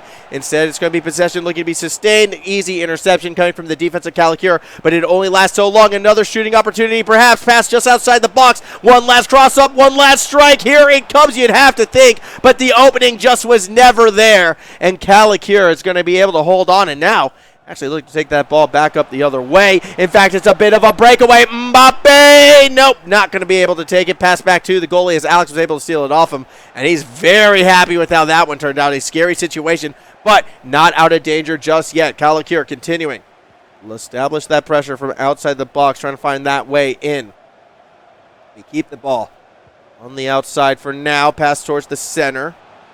Defense holding on. Eventually, we do see the passes that we were looking to see. Alex P with possession actually keeps that ball in control right now, as looking to try to slow things up. Ooh, a cheeky interception. Kalikir made a very aggressive play and now has a breakaway. This has to be a goal, one would think, but the hesitation again, not quite finding the tempo with the running feet of the attack, and it's going to cost Kalikir a chance to put a shot on target. Now Alex P making defenders miss, goes for the pass as well. Hits off the defender and to the goalkeeper.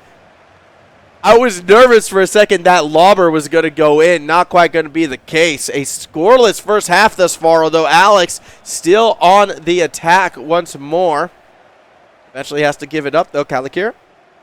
Very, very, very cool, calm, and collected right now. Playing that back and forth game. Eventually, it will wind up in, I believe that's Pogba's possession. As they try to play it up the pitch right now. No chance to be had. Alex now instead will be the one who's throwing it up to the middle of the field. Pass back and then, whoa, deep pass forward, and it pays off. Alex getting a little tricky with it right now. Trying to find someone in the center. Is going to lob it towards them, and has that one intercepted. And now you've got Kalikir in an awkward situation because there's really nowhere except backwards to go with the ball initially. Was able to buy enough time, though, with those limited options to now set up a more sustainable attack. Final seconds of play, though, in this first half. Score still 0-0. as it does not get whistled dead. Calacure has one last chance to find a strike. Pass up into the box. Cross up saved by the defense, and that's going to do it for our first half of play. I would imagine. No, we get one more corner kick. Calacure looking to put one through. The ball goes the opposite direction. Desperation touched back into the box. Eventually gets cleared out. Another header puts it back in. The defense will muscle it back to the goalkeeper, and that does end the first half of game number 2. Alex had to hold on quite desperately there, but they do have it at the end of the day. 51 to 49% possession. A much more even game number 2 than what we saw in our opener. As Alex going to start to try to work their way up the field right now. Eventually go for another one of those deep cross-ups, throwing it forward again. Alex definitely taking their time right now, looking for some sort of avenue, some sort of play to be had. Eventually does get it just outside that box, a chance to cross things up, and this is looking pretty patient thus far. Eventually does throw one towards the middle, and it is able to maintain possession. Doesn't lead to the shooting opportunity, although this one might. Defense is trying to collapse. There's a lot of defenders just defending that box right now, and it's so hard to crack through as you do see the risk get taken, but the defense can't clear it out just yet. Alex P continuing to try and force a gap open. These passes are riskier and riskier, but still somehow maintaining possession. Eventually we see the cross-up, we see the shot, and a defender is able to stay behind it. It will be a corner kick, though, as Alex continues to try to find that pressure. Big corner kick right now. There's this one going to go. Actually plays it a little bit tight. Header shot, target saved by the goalkeeper. And Alex a little bit frustrated with that one. Thought he may have had a cheeky one. Not going to be the case. Calacure now going up the field. That was very offsides. Okay. You know, there's been some questionable offsides in my opinions. That one was pretty legit. So a little bit unfortunate for Calacure right there. They don't find that counterattack they were looking for. Instead, it's going to be more pressure coming from the side in white right now. We do see some passes to keep it outside the box. Try and hold it back more towards that middle of the field. Another lobber towards the center. But the defense will take it away. Bicycle kick back towards the middle of the field. One attacker's forward, and Calacure is looking for it. A chance for a breakaway if they can find that inside. But good positioning out of Alex will slow it down, and eventually the defense will steal it off. Bit unfortunate that Calacure couldn't quite find that opening just yet. Now Alex looking to bring it back up that other way. You can see Mbappe on that corner has a chance to throw it back to the middle. There's a lot of space being given right now to the attack. It's an awkward pass. The shot not taken. Bit of a fake, and it doesn't result in anything just yet. Calacure time to push it back up for the blue side. As we see passes back and forth. Sliding tackle. Not quite an interception we wanted to see. Oh, 1-2-1. Here comes the strike. No, it's back to 2 again, and Alex puts it through. A massive goal for the player in white with only 72 in-game minutes in. So, I'm using my math, 18 in-game minutes remaining. A massive goal for Alex that could put him into the semifinal.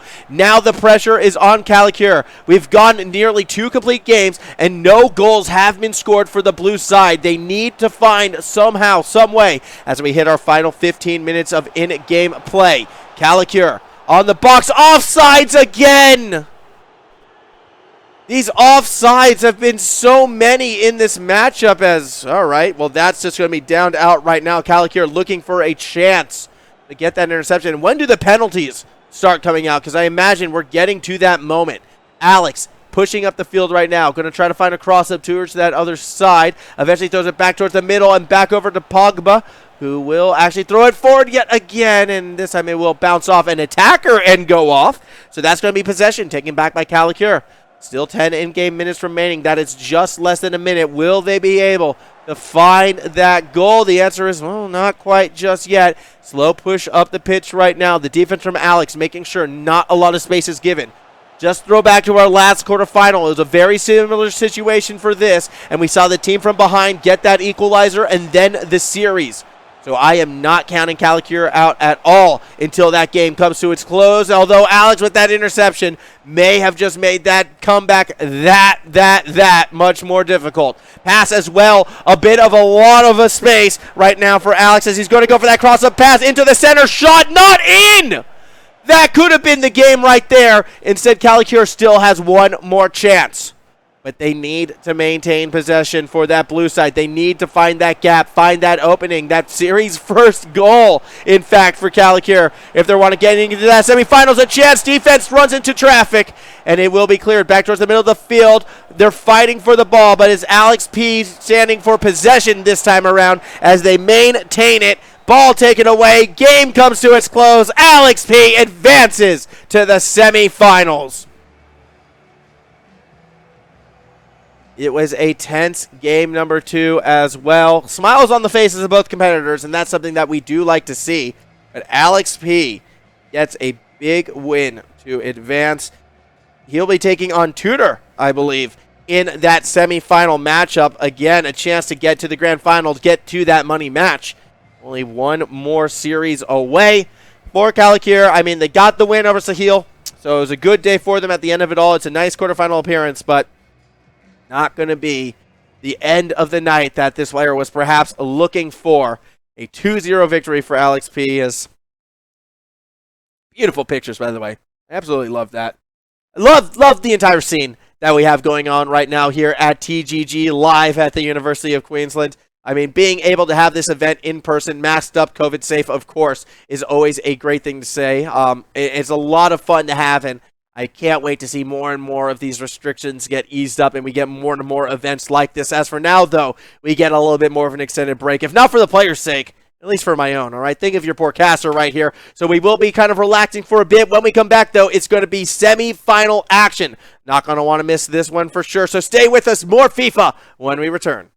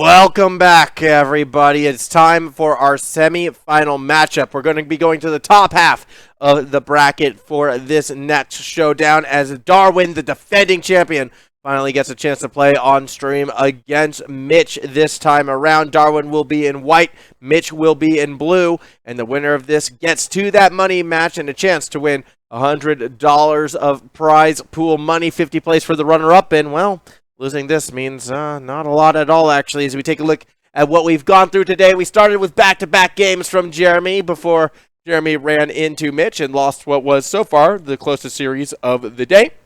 Meanwhile, we also had Kalikir come up a bit short against Alex, who showed us that you can be as animated as you'd like when attacking and still find ways to get goals, particularly very clutch late ones. I mean, between Mitch and Alex, it really seems like the clutch gene has been reigning supreme so far today, and I'm curious to see if Mitch will be able to pull off another comeback or if they're able to just go straight on through the defending Season 1 champion. Granted, Darwin, coming into this next game, is going to be our number 1 seed for a reason and looking to prove it. They've already gotten past Farian, who got that 2-0 win over Isaac back at the start of the afternoon, evening, whenever you want to say the game was technically played. Furthermore, as well, Tudor also got that win over Jordan that happened off stream. As we take a look one last time at our two players about to go at it, it is the Brisbane Roar E-League player, the veteran of the Brisbane FIFA scene, taking on the defending Season 1 champion. This is definitely going to be a match we do not want to miss whatsoever. As we load ourselves into this one last time, would like to point out, Darwin will be in white, Mitch will be in blue. We get ready to send this one off. I would have to think this is going to be a very, very, very interesting matchup for sure. We're just kind of watching a bit of the controller setup going through right there, making sure we're all hunky-dory. Eventually, we will be making our way on to that field. A little bit awkward, I think, you know, if you have your secret key bindings exposed on stream. I don't know how important key bindings are. I don't know. Look, I just put my win button on X, okay? You just put everything onto X, make that the win button, and then you cannot lose. So we'll see who is smart enough to do that in terms of the key bindings this time around. Already on to the pitch, though. It is Mitch with the initial attack, and when we saw Mitch playing against Jeremy, it was a slow, precise, cautious attack. Now, we're seeing a much faster tempo one. Mitch really trying to drive down that field, but eventually Darwin will be able to take it away. Although all it does is forces a corner pass as they don't really kick it to try to strike with it. Mitch, again, running straight towards the net, will have that ball intercepted. And now we get to see what type of game Darwin wants to play for this one. Each side, of course, opting for the French national team. So no real surprises there. I believe our final 4 players all up for the French national team. That's a good little pass. That's a bit of a breakaway, and that's a bit of a goal. Darwin striking first. Less than 10 in-game minutes into this one, and already our defending champ making a statement. 1-0 lead. That pass, it was a close one, but it was a fast one. The speed on display correctly utilized to put Darwin out in front. One thing you got to be mindful of, though, is that fatigue. And I wonder, is Darwin looking to just come out swinging straight away? We'll see if they're able to hold on to this. As we start to play that back up, it looks like a very similar play. This time there's multiple defenders, though, in that pathway of Darwin, who's now looking for a bit of that cross-up. A chance for the header, not quite going to hit its mark. And we're still going at a 1-0 lead for Darwin. Goal kick. It's going to be a bit of a dribbler this time around. Mitch will hold on to possession, eventually start to throw these slower passes forward as it does get intercepted by Darwin. Back towards the box. Oh, that could have been an opening had it been correctly collected. Instead, enough time is bought for the defense to recover as we now start to push it back up that other way. What is Mitch going to be able to do with possession of the ball? Throw it towards that midfield, looking to cross up towards the center. A couple players are open. A couple players are available. Eventually, the pass is made as Mitch now starting to slow the tempo down. And this is the Mitch we saw back in the quarterfinal. Waits to find an opening and, well, then kind of overextends again. Leads to a pretty easy interception from Darwin, who is trying to get back into the groove. Mitch was able to wrestle control of the ball right back, and you can see that slow play, that patient play. Wait for the defense to overextend. Wait for the defense to make that mistake before trying to strike. Goes for one fake, goes for a second fake, but that time it's read by Darwin, who will be able to take it back off him and pushes the ball back to that middle of the field. See Darwin again looking to play this one forward as well. Eventually does get it just outside the box, although Mitch will be able again to intercept that away. The slow tempo really seems to benefit Mitch's style, and Darwin seemed to have more successes when either player was really actually trying to make things go faster. That's where Mitch made a couple more mistakes. That's where Darwin seemed to be a bit more comfortable as well. So I'm going to be curious to see if Darwin can get control, how fast a counterattack might be able to come out. That's a great juke and shot! Mitch even gets a bit of an applause from Darwin right there. What an individual move. Fantastic stuff from Mitch. Kind of caught everyone off guard right there. We got ourselves a tie ball game still early into this series. Good stuff from both these players thus far, and it's good to see that methodical approach finally pay off for Mitch in this one, as now we see Darwin actually looking for a couple of these perhaps quicker passes right now. Thinks he has someone breaking through, gets past one defender, cannot get past the second, and it will lead to a goal kick actually, so saying that's offsides. No little dump off this time, has to go a bit deeper with it, but with how wide open that defender was, not really a risky pass at all for Mitch. But they got that ball to the wide side of the field momentarily, but eventually we will be back on the Darwin attacking side. That's a great pass. That's a great opening. It's a lobber, and it is off the post. No! Oh, a little bit heartbreaking right there. Darwin, that opportunity looks so good, but it's not going to be good enough. Only a few more seconds left in our first half of this series. And it's looking like it's going to be going into a tie ball game to the second half of game number one. Although Mitch has a chance if he can find that pass back towards the center. Gets one to the corner instead. Shot taken but saved by the goalkeeper. Enough time for one more possession, one more play. Darwin, deep pass up the field. Actually has a good look right here. A chance straight down the center for the lead. Darwin puts the shot and it does not go in. Oh, nearly had it yet again. Darwin with these breakaway attacks always looks so deadly. But you can be as close as you like unless you put that ball into the net. It feels like it is all for naught. Tie ball game into the second half of our opener. Again, best of three. Winner of this game gets a significant advantage going into game two. Kind of obvious when you think about it. The significant advantage being like, hey, I still only need to win one more game. Funny how that works. It's kind of brilliant, really, as we do continue along. Meanwhile, just a quick little update. Alex P has gone one game up over Tudor at this stage. So Alex as well in our other semifinal match, currently one game up and possibly in position to be our grand finalist opponent of whoever wins this matchup. We'll see if Tudor is going to be able to make a bit of a comeback and a bit of a surprise run into that grand final. We'll keep you updated and posted as that series progresses. Back to the action on hand, though, still tied here in our first game. As we watch Mitch slowing the pace down, looking for these tight, delicate passes, looking to just find that gap, find that opening. Last time it ended with a great solo play at the tail end of it all. Mitch still looking for that chance. It's not really been given yet. Very patient defense out of Darwin, always staying a little bit further back than what the game naturally wants you to be, and that's been a little bit of a thorn at the side in Mitch on these attacks. He can pass it as much as he wants, but the openings just have not been there. We'll see Darwin now. Again, going for these quicker plays, looking for a pass back towards the middle, perhaps. This time, though, the defense was able to fall back, although another look at it from outside the box actually gives it inside touch, but it's not a powerful one, and it will be saved by Mitch on a defense right there. Deep clear. It's going to be intercepted away from Darwin, who will happily take that and look for an attack again. But this time, it's not going to be one of those fast counterattacks. Or is it? As the offense muscles its way through, trying to cross out the pitch. Shot post again! And how many times can Darwin post these shots? You can see him shaking in frustration because these have to be goals. This game could realistically be 3-1 at this stage as, Mitch actually stepping out of bounds is going to give Darwin perhaps another chance, although Mitch's will quickly steal that one right away. My goodness, Darwin. So close so many times. We can see how dangerous of a player he actually is, but until we see those balls get into the back of the net, you have to wonder perhaps Mitch could be able to pull this off. And again, Mitch's ability to come up clutch was in full display in that quarterfinal.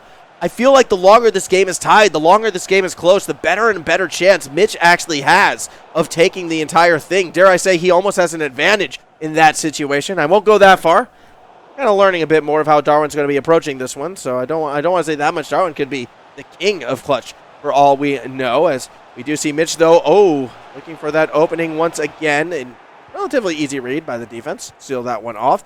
Passing it back as well, looking for perhaps an avenue for, again, one of these fast counterattacks. We see Darwin once again being forced to slow the pace down by a high-press defense. Eventually does get it back on the outside, back to the inside. A little bit of a gap, does get shut down. Good physical defense out of Mitch. Doesn't allow Darwin to find that shot. Only 10 minutes left of in-game play. This second half flying through right now. Neither side able to find that goal. And we could be going to extra time. Now, a quick reminder. There are no ties. We go to extra time, and then we go to penalty kicks if required. Last time we were in penalty kicks, it was game number 2 of the second quarterfinal, where we saw Mitch actually get one over Jeremy 3-0 during the penalty kick phase. So Mitch definitely very accustomed to those penalty kicks already. For Darwin, much rather end this one in regulation, if not extra time, as it stands.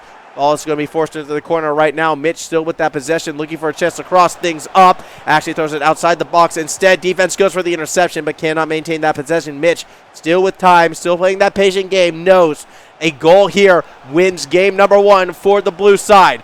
Now throwing it back and forth, has a chance to throw it on the inside, perhaps goes for it, gets a defender, miss, takes the shot, and the game freezes, but no, the goal does not go in, as it's taken by the goalkeeper and pushed away. Oh, look, I can take dramatic pauses, but dramatic freezes like that, my goodness, you never know what is going on. Oh, very, very interesting, as yes, we go to classic mode overtime.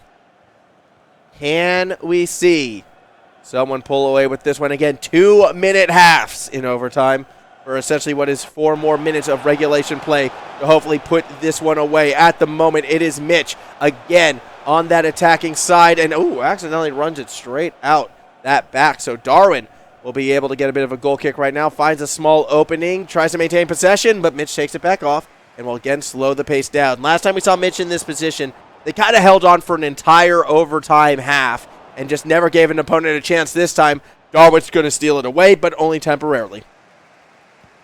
It's Mitch now looking to just maintain possession, not give Darwin that opportunity to score the goal. If the opportunity is there for Mitch, he will take it. If things get pushed to penalty kicks, Mitch will take that as well. It's all about whether or not Darwin wants to really press an issue, or if Mitch will find an opening. You only saw one right there. Still going to pass it back to the corner of the box right now. Mbappe is going to throw it towards the center, and that's going to be a goal!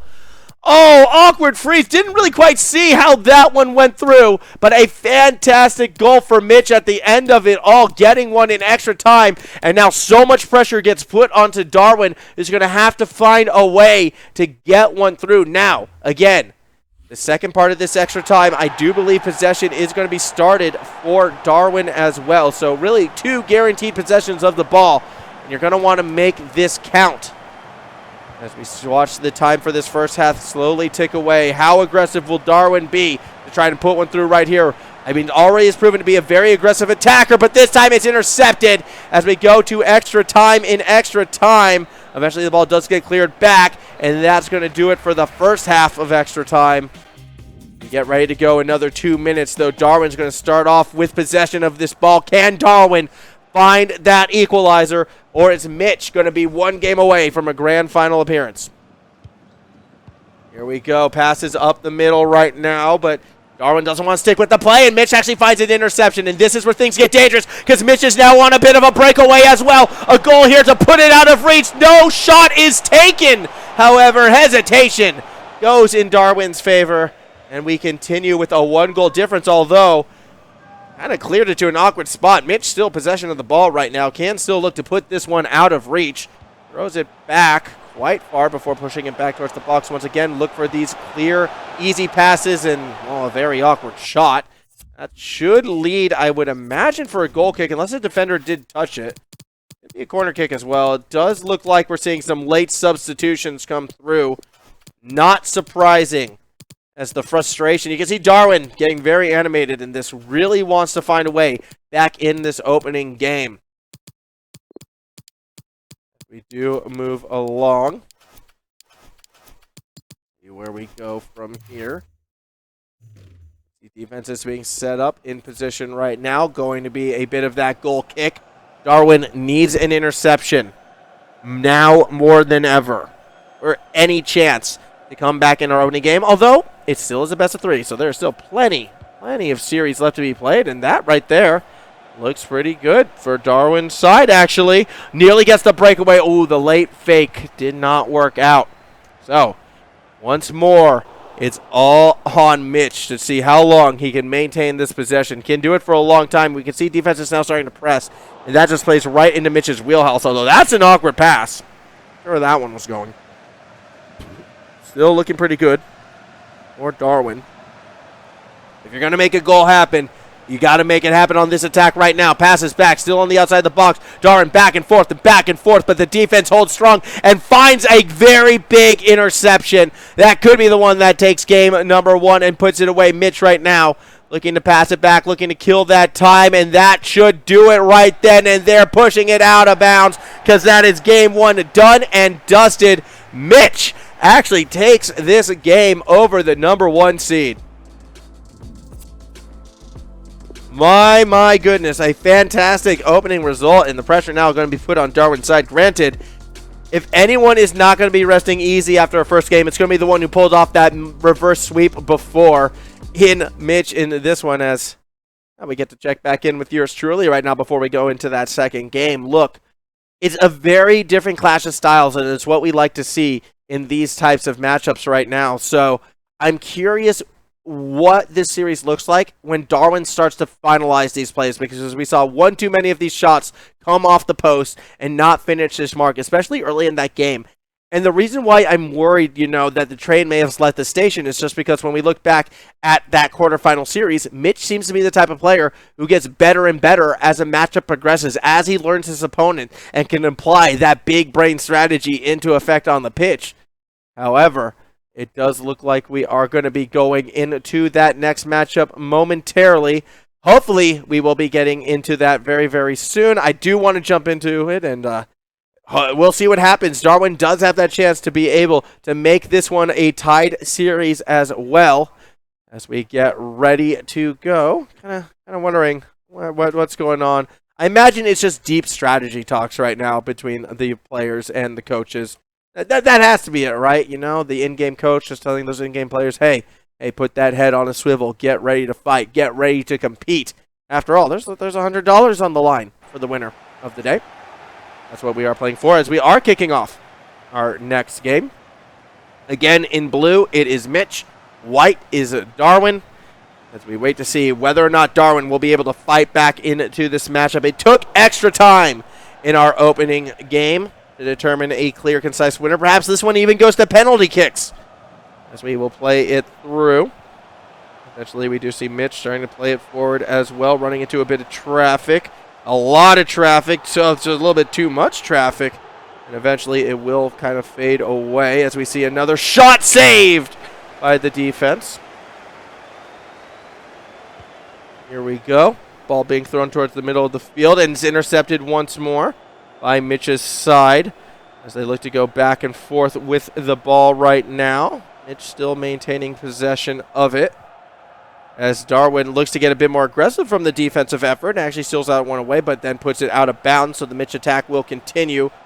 Looking to find those little gaps, those little peaks, or go for that solo play perhaps. It has to throw it back, though, as the defense starts to kind of collapse. A good pass forward, though, gets a lot of ground. Pass back, a small opening. Shot saved by the goalkeeper, as we see another attempt, and that's going to lead to a very tactical kick right here. Usually these turns into passes. I'm wondering if Mitch will actually take it for the shot. Yep, absolutely. It's going to be the fake into the pass. Rather look for the setup, and that's the shot. Very, very cheeky out of Mitch, but doesn't pay off right there. Darwin's goalkeeper able to hold on, as we see a deep clear, and it does not stay in bounds. All right, so Mitch again going to have to slowly work his way up the field, I would imagine. Don't expect to see any crazy deep passes out of this player unless the opening is there. Someone who's definitely watching that mini-map over and over. As a bit of an update on our other semifinal matchup, Tudor has been able to take game number 2. So they're currently playing game 3 right now. We'll have you updated on who takes that one. Perhaps immediately following this matchup, they could sign up, quite nicely. Oh, very risky interception right there from Mitch right now as Darwin continuing to try and apply perhaps a bit of attacking pressure. Good intercept, pass back towards the center, but not able to find the shot just yet. As we see the ball roll back towards that middle of the field. Now pass back across Mitch with a small chance. Has that one taken away. Darwin now throws it forward. Intercepted once more by Mitch, who again has to try to cross up the field. Darwin with a nice interception right there as well. The speed from the defense catching Mitch off guard. Normally so clear and concise with these midfield patches. Perhaps now we see that opening from Darwin. Doesn't quite get it just yet. A much slower paced game than our opener right now, as it's really been a case of Darwin trying to read these passes from Mitch and then capitalize on them. Content to play that patient game well on defense, and it is paying dividends, but it seems to be inhibiting the sort of quick strike potential that we also saw in the opening games as well.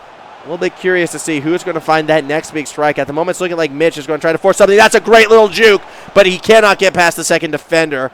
Near scoring opportunity right there. Now it's going to be Darwin with possession, but cannot maintain it. Again, Mitch's back line coming up big, although an aggressive Darwin steals it away. Now looking for an opening to throw it forward. Looks to cross it back up to the midfield, but a pressed defense forces a pass towards that outside. No attackers across the middle. It would have been offsides. Now back onside. There's the pass. A diving save by the goalkeeper. Opens the net. Another diving save. Fantastic goalkeeping effort from Mitch's side, as again Darwin's attack looks so good, but they just are unable to finish. The frustration has to be growing from Darwin at this stage, as now Mitch has a bit of a breakaway. This looks super dangerous. You've got to put it through, but the goalkeeper comes up big, and I have to question the hesitation from Mitch right there. It allowed that goalkeeper to make the read, and Darwin comes out on top, at least defensively, and now with possession of the ball. Back and forth. This game seems to be going. We could be looking at a 0-0 first half right now, as Darwin once again might have a chance. No, the ball goes out of bounds, and Mitch, very, very fortunate in this situation. Mitch right now has one last chance in our first half of game 2. Looking for that cross-up pass. I would have to imagine defense in the player's face, though. He finds one gap, needs to find a second. No, goes solo instead, but the goalkeeper will steal it away. One last attack for Darwin right now. Needs to push it up the field. Cannot quite find the time. And we're tied at 0 apiece going into our second half.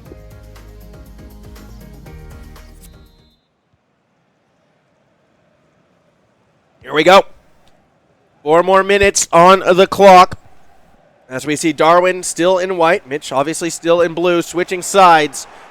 Goal right here for Mitch could put him potentially in that grand final. For Darwin, it could take us to game 3, and no goals takes us to our second bout of extra time in this series. Here we go right now. It is sort of Darwin back on that defensive side. Mitch trying to play very aggressive. That sliding tackle. Yeah, I'm surprised that's not a card, or at least not a physical one that we've seen. It could have happened, as players love to just jump right through everything as it stands. We see Darwin looking to pass back towards the middle. Mitch goes for an interception, gets physical with the attacker, and then it leads to an interception. So Mitch now once more with possession of the ball, although you can see Darwin getting a little less patient with the defense now. We sort of saw the patient defense paying some dividends in the first half, but now it's actually again trying to press it, given a few opportunities, as Mitch doesn't take that pass to the middle, decides to hold on to the ball instead, and eventually from behind Darwin will take it back off of them. And now we're seeing a bit of the setup game. This is looking a lot more like Darwin, what we saw in game number 1, because there's that aggressive pass, an opening, perhaps. No, it's back to the middle, back to the front, shot, goal, Darwin takes the lead! It is so dangerous when Darwin gets that momentum going. These quick passes, all to find that gap, but all as the attack is moving forward. It is quick, it is precise, and it is dangerous. Darwin gets a fantastic 1-0 lead in this, and now the pressure is back on Mitch to find this equalizer. He's been in this position multiple times already tonight, so by no means do we count him out. But with how low scoring this series has become, that goal is absolutely monumental. Still Mitch on the attack right now, looking for a nice little cross up, looking for a tough angle, not going to find it, but is going to get himself a corner kick. And this corner kick can be dangerous. He's putting it right to the middle of the box. Off the head, off the post, and not in the net. Mitch can't find that goal, but gets a second attempt. This time goes for the safe option, goes for the pass, makes one defender miss, tries to find a pass back towards the middle of the box, but there are just too many defenders in the way, and Darwin's able to wrestle possession back. Here we go. Still roughly about 2.5 minutes remaining, you would have to think, as it is, offsides actually, and not a very deep offsides either. Mitch still has opportunities to tie this ball game up. We saw a late equalizer back in game number 2 in that quarterfinal matchup against Jeremy Woods. It was a case where I believe it was 88 in-game minutes had passed. There was only like 2 in-game minutes remaining when Mitch got the equalizer, then would go on to win that game. As, that was a card right there. I'm not sure if it was a yellow or a red. I don't believe it was a red, so it looked to be a yellow as, cheeky little pass, but what an interception from Mitch. Just able to disrupt it, and now has a few options to throw the ball to, but great positioning from Darwin. Does not allow that quick counterattack. I mean, Darwin wanted possession, so you can see the frustration on the player's face. However, now Mitch might have that opening, has a pass across the middle, but again, well positioned by the defense. Mitch just has these doors shut down and opts not to take them. Corner kick. Saved by the defense for now, and it actually might turn into a bit of a counter-attacking play. Eventually, the ball does kind of wind back towards the box and does get pushed out of bounds. Let's see what Darwin's going to be able to do from here. And, that's risky. Yeah, Mitch just not afraid to take risks at this stage of the game. Going for these slide tackles, desperate to get possession back. 10 more minutes of in-game play, and if Darwin gets a goal right here, it could be devastating, and it's going in! The late pass back finds the goal, 2-point advantage, and it's looking like we are going to be going to our second game 3 of the stream here in this semifinal. Back and forth these two players go, my goodness. However, it's feeling like that aggressive play style finally paying dividends. We were waiting for it, for Darwin to take advantage of this, as we're seeing some late game substitutions, getting those fresher players in there, wanting that speed, that momentum to be carried over. Here we go. Actually not done yet, still seeing a few more substitutions actually. Yeah, not finished yet at all. There we go, now we're good to go. Alright.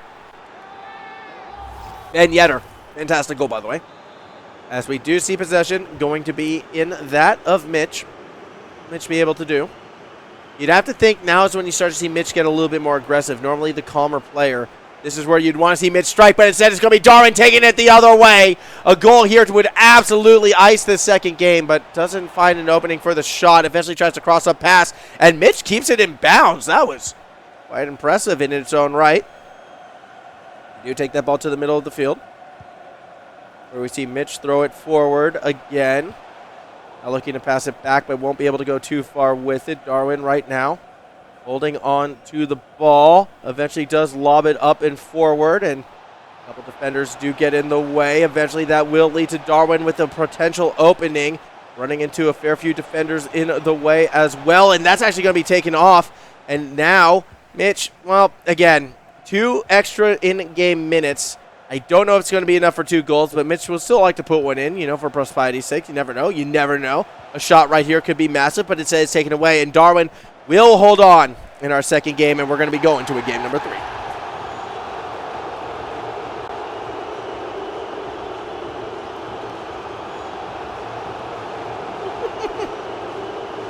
Oh, Darwin definitely happy with that, and straight to the phones after that second game. That's kind of fun.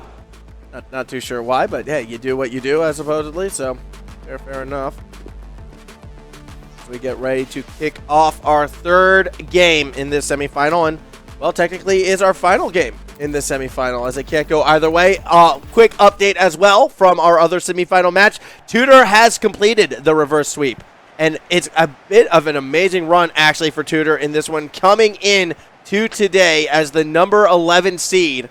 Now in the grand final, was able to get over Alex. So Tudor is in, and the winner of this game will be joining them. At the moment, Mitch is the player on the attack, looking for that shot straight down the center. Mitch gets the opening goal. Just 3 in-game minutes in. It is Mitch who is able to strike first and now has a 1-0 lead. No rest for the wicked, though. Darwin going straight back at it. We've seen Darwin play from behind before, was able to bring it back somewhat. Will they be able to do it again right now? Mitch, it's going to be that possession game. Get ready for it. Fashion those seatbelts, because if Mitch can stop Darwin from finding scoring opportunities just through that passing game, it could be absolutely massive. But instead, it's Darwin looking to muscle back up the other way, although Mitch will maintain control. Back and forth we go. Darwin now looking to cross up the field, looking for that gap in the defense to strike with that laser precision. Eventually might have found something on the outside, but defenders do run rampant, get in the way, and will stop the attack for now. Pass back towards the middle of the field. Eventually starting to create a bit more attacking pressure. Whoa! A little awkward right there at the tail end of it all. Doesn't go too far with anything. As we see a pass back. Mbappe. Just on the outside. Eventually we'll look to throw something back across the middle, perhaps. We're keeping our eyes on that. Instead it goes to, well, still Mbappe and Pogba. Back to Mbappe. Shot and not in. Oh, Mitch would have loved to get that goal right there, but doesn't quite find it, as now we see a little bit of a play forward instead. Darwin throwing it across, looking to maintain that possession as well. 1-2. Pogba driving it across the middle of the field, actually finding Coman. And back over to Pogba. We do see, all right, patient play actually coming from Darwin right now. Not really taking these big risky clears. And I think that is a result of sort of the situation, knowing that a second goal against Darwin could be quite devastating. Here we go. Mitch taking their time as well. The pace of this game, again, much slower. Oh, just when you thought it was slower, you see a chance for a shot, but it was a very slow shot. And I guess that argument stands. Still kind of is much slower. Here we go. Dembele. Now trying to create something along that side wall. Perhaps looking for a bit of that cross-up right there. Actually does get around a defender. Now looking for a chance. But it's going to be taken away by the blue side. Mitch actually having to deal with a very press-forward Darwin right now. Is not really quite able to do much with it. And actually throws it back to the goalkeeper before putting it back out to the defense. Now looking for something. Is able to try to cross up the field. Ball taken by Mbappe. Has an option down below, but instead tries to play it towards the middle. As we see, no one's offsides just yet, but still not willing to risk that pass forward. Instead, it's the possession game. And how long can Mitch keep possession? Well, that long, actually. As soon as we bring it up, an interception by the defense eventually does come through. And now Darwin needing this equalizing goal. Still plenty of time to work with. So the sense of urgency is definitely not there yet. As we see a little bit of an awkward pass across that middle of the pitch. Mitch actually looking to throw it forward. I don't believe this is offside, so this could lead to something. Well, it leads to a defender just putting it out, and now we get ourselves a goalkeep kick. That actually came off the attacker. A little bit surprising right there. Mitch losing possession on what could have been a dangerous attack. Now go back to Darwin. Pass back to the goalkeeper, eventually throwing it forward as well. Going to play along that corridor. Darwin finds the middle of the field, finds a bit of a breakaway. Koeman with the chance. He's got to take a tough angled shot right here, and a defender gets in the way from the pass before it gets set up, but that will lead to a corner kick. Darwin, a chance right now. Corner kick, looks for the header, doesn't find it. Goalkeeper punching it away to safety. Although with that attack, Darwin will be able to stay with it. Shot, well wide. Another corner kick. Darwin looking for it, but again, the defense will come down with possession of the ball. And this might lead to a bit of a breakaway, actually, as Mitch, making defenders miss, goes for the high-risk pass, but does not pull it off. Darwin will be able, one last attempt in the first half, to find an equalizing goal, but the pass is too far in front of the defender, throwing it back to the goalkeeper. Darwin will hold on to the 1-0 lead.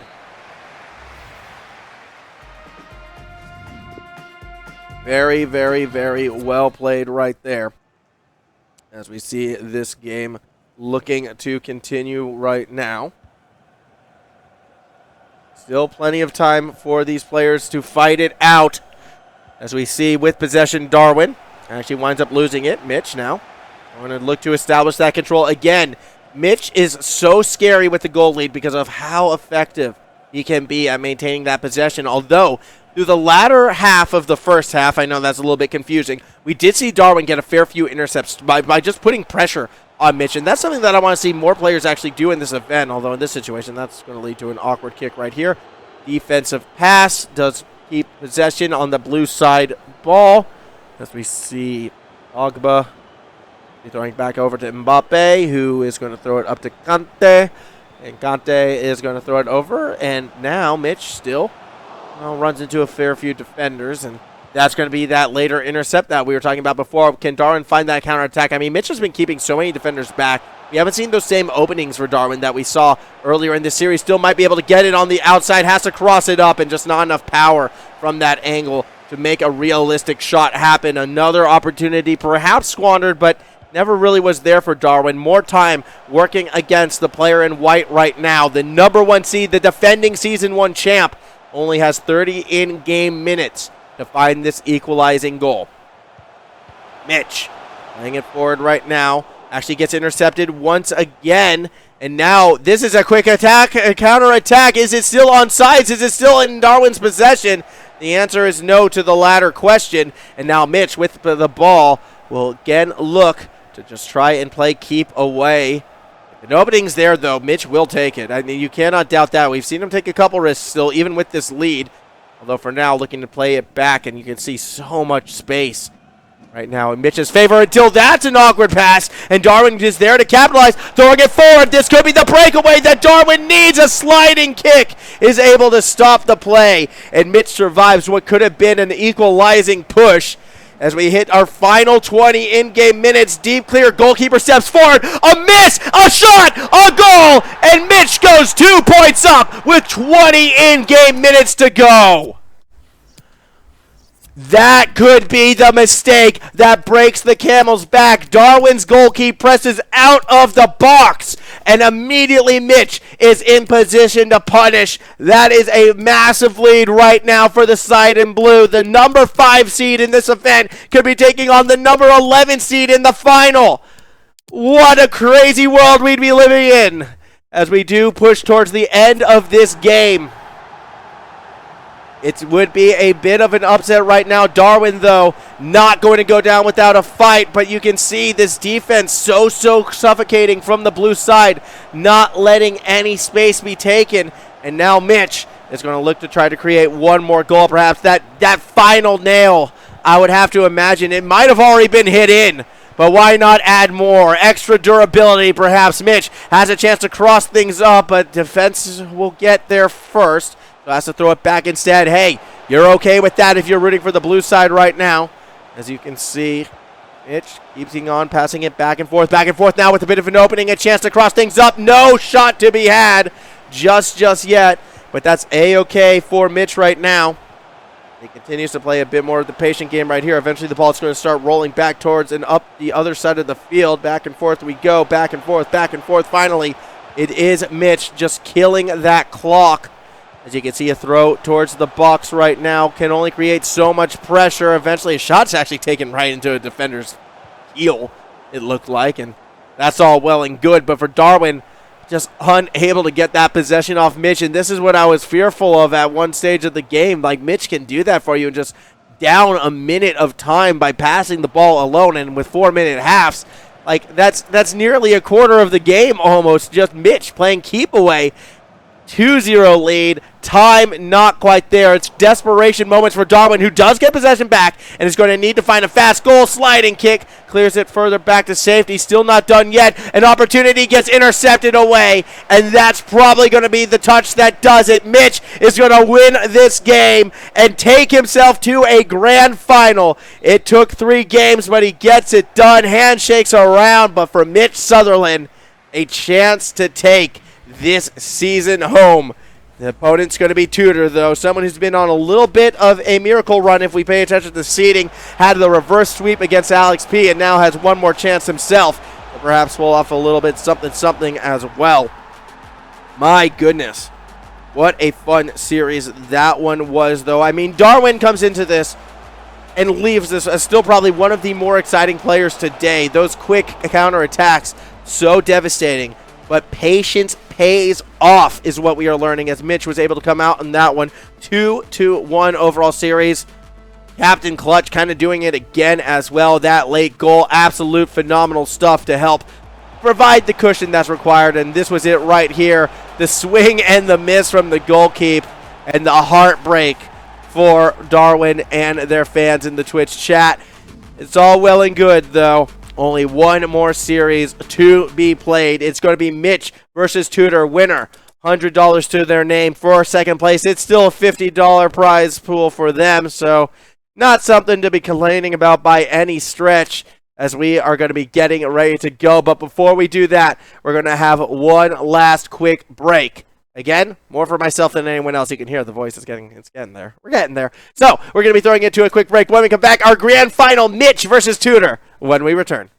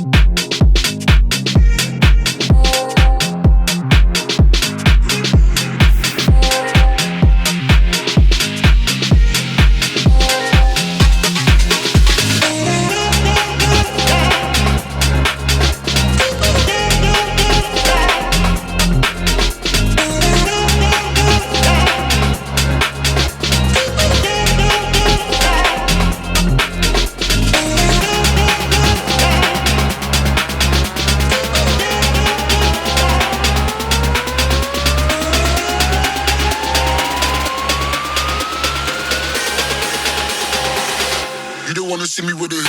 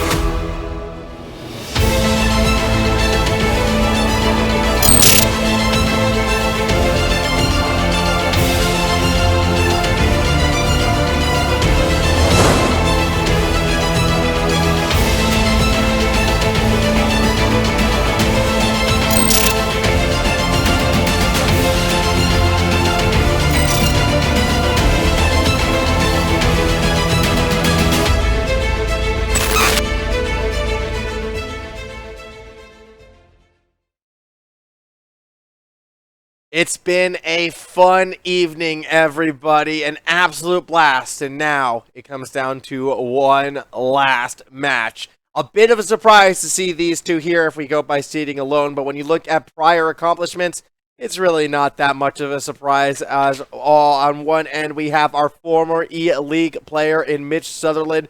On the other end, we have Tudor O, someone who is, well, within the confines of this league this season, hasn't had a result like this, but has been a name in the scene for a good long while. So this one, it definitely is going to be a matchup that could go either way on stream. These were the matches we have seen. It's been sweep, game 3, sweep, game 3, and I'm hoping to break some trends right now because I'd love to take this one to a game 3 as well. However, we're looking at a known versus an unknown quality, at least from my untrained eyes. I kind of feel like perhaps Mitch is going to have the advantage right here. It would be nice, though, if Mitch could get it done efficiently, because multiple times Mitch has had to make comebacks throughout the night. As we take a look at our bracket thus far, Tudor got that forfeit win, unfortunately, as Baraka just was unable to make it today. Then went up against Jordan A, the number 3 seed, 2-0 victory, feeling pretty good. Up against Alex P, fresh off of a win on stream against Kalakur. And guess what? Another 2-1 victory for Tudor. And now in that grand final, each of these players had to fight their way here. And in just 2, maybe even 3 matches, we are going to have our champion. It's going to be an exciting showdown for sure. Mitch, you should know what color he's in by now. If he's on stream, you know he's going to be playing in blue. Tudor will be in white. Each side, of course, playing that French national team. It is the most popular team for a reason. The speed for those fast counterattacks. So well utilized by Darwin before, but when Mitch uses it for that controlled gameplay, that's when things get dangerous. And I'm wondering if Tudor is another Mitch or perhaps another Darwin. What sort of play style we're going to see coming into this one. Good luck to the finalists, says Knock It Long. Appreciate that. I do agree. Good luck to each of these finalists right now as we'll see how they throw it down. Game 1 underway. 4-minute halves, by the way. Again, it is not full regulation. A little bit faster, a little bit more high tension, a little bit more high drama is what we're hoping for. As Mitch picking right up where we last saw him on stream. Possession of the ball, safe passes, extended plays. That's been the name of the game for Tudor, though. It's all, well, we're going to find out how he's going to look to adapt to these setups right now. For the moment, content to give the space as long as the ball is not moving forward up the field. Content to kind of let that clock whittle away. Why not? Still a 0-0 game, although there we see the pass up the middle, shot, goal! What efficiency out of Mitch for our opening grand final shot. As you just saw that one be set up for so long, and eventually, of course, I believe that was Mbappe who eventually just bites the bullet, finds the gap. The pass is perfect, the shot even better, and Mitch, again, getting it done early. It's such a... You know what I can compare Mitch to watching, and this is probably a ridiculous comparison, and feel free to call me out, but it reminds me of watching Hungry Box in Melee. just someone who plays that control game so well with a style that might not necessarily reflect it. With Hungry Box, it's always that Jigglypuff, always about the zoning, where everyone else goes for the quick speed type foxes in that, and it catches people off guard and will give them victories. And in this situation, Mitch has been doing this, it feels like, all night long to their opponents. So very exciting to see, as we see once more. Mitch again goes for the fake, then finds another touch, this time though a bit too tight, and that will allow Tudor to be able to steal this one away, going for those quick passes up the field. A lot more atypical of the French players that we have seen thus far in this one, although they will be forced to slow it down in the middle. Eventually we see that lob shot, weak touch, and it doesn't get followed through as well. Eventually ball does guard to make its way up the field once again. Mitch looking to hold things down, now going back and forth, and eventually slowing the pace down. As soon as the defense goes a little bit too deep, that's when Mitch starts looking for those passes back to just maintain that possession, try and draw the defense forward, try to draw those gaps and openings. We've seen what happened when Mitch spots them. You get a 1-0 lead. Tudor, though, hasn't had a chance to really show us what he wants to do when on the attack at the moment, just because of how strong that possession game has been. A lot of game time left on the clock, though, so I'm sure we're going to see Tudor have that time in the sun eventually. I would hope so. I mean, if not, credit to Mitch in that regards. But for the moment, Tudor just kind of forced on defense and now forced in an awkward spot. And that's going to be a penalty. I'm not sure about that one. To me, it looked like that player took a dive. Instead, we get a penalty kick. Mitch, a chance to make it a 2-0 game. The kick is up, and it is in. 2-0 in favor of Mitch in our opening game. And Tudor now has a lot of work to do, as we do see some passes back and forth for the time being. Looking to slow play this one up a bit, eventually throwing it up the field. There's a lot of defenders right now. Tudor's going to have to really work well to muscle this one in. Actually gets a cheeky pass back out to the box, back and forth, but doesn't like any of the avenues just yet, and eventually will abandon the play. Pass back again, just to that outside, runs into not one defender, but there's another one behind. Pass back, though, to the goalkeeper, though, is Mitch, not wanting to risk anything at that part of the field. It can go very poorly, very quickly in those types of situations. Mitch right now is playing it up the side. Eventually we will see a clear, perhaps back towards the middle, where we do get Mitch now looking for something. 4 defenders and 1 offsides attacker will lead to the end of that play. Tudor are going to try to create some pressure of their own. Only 5 minutes left of in-game play in our first half right now, and it's been quite dominant, actually, from Mitch.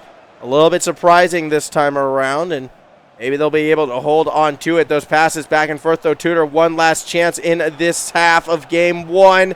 Has the ball taken away, and possession you would expect to be held on should we see, play styles remain the same. Although that's a nice interception right there. Tudor actually is going to force one more scoring opportunity, and it's intercepted once again. Mitch looking to throw it back, end the half. 2-0 lead for the player in blue.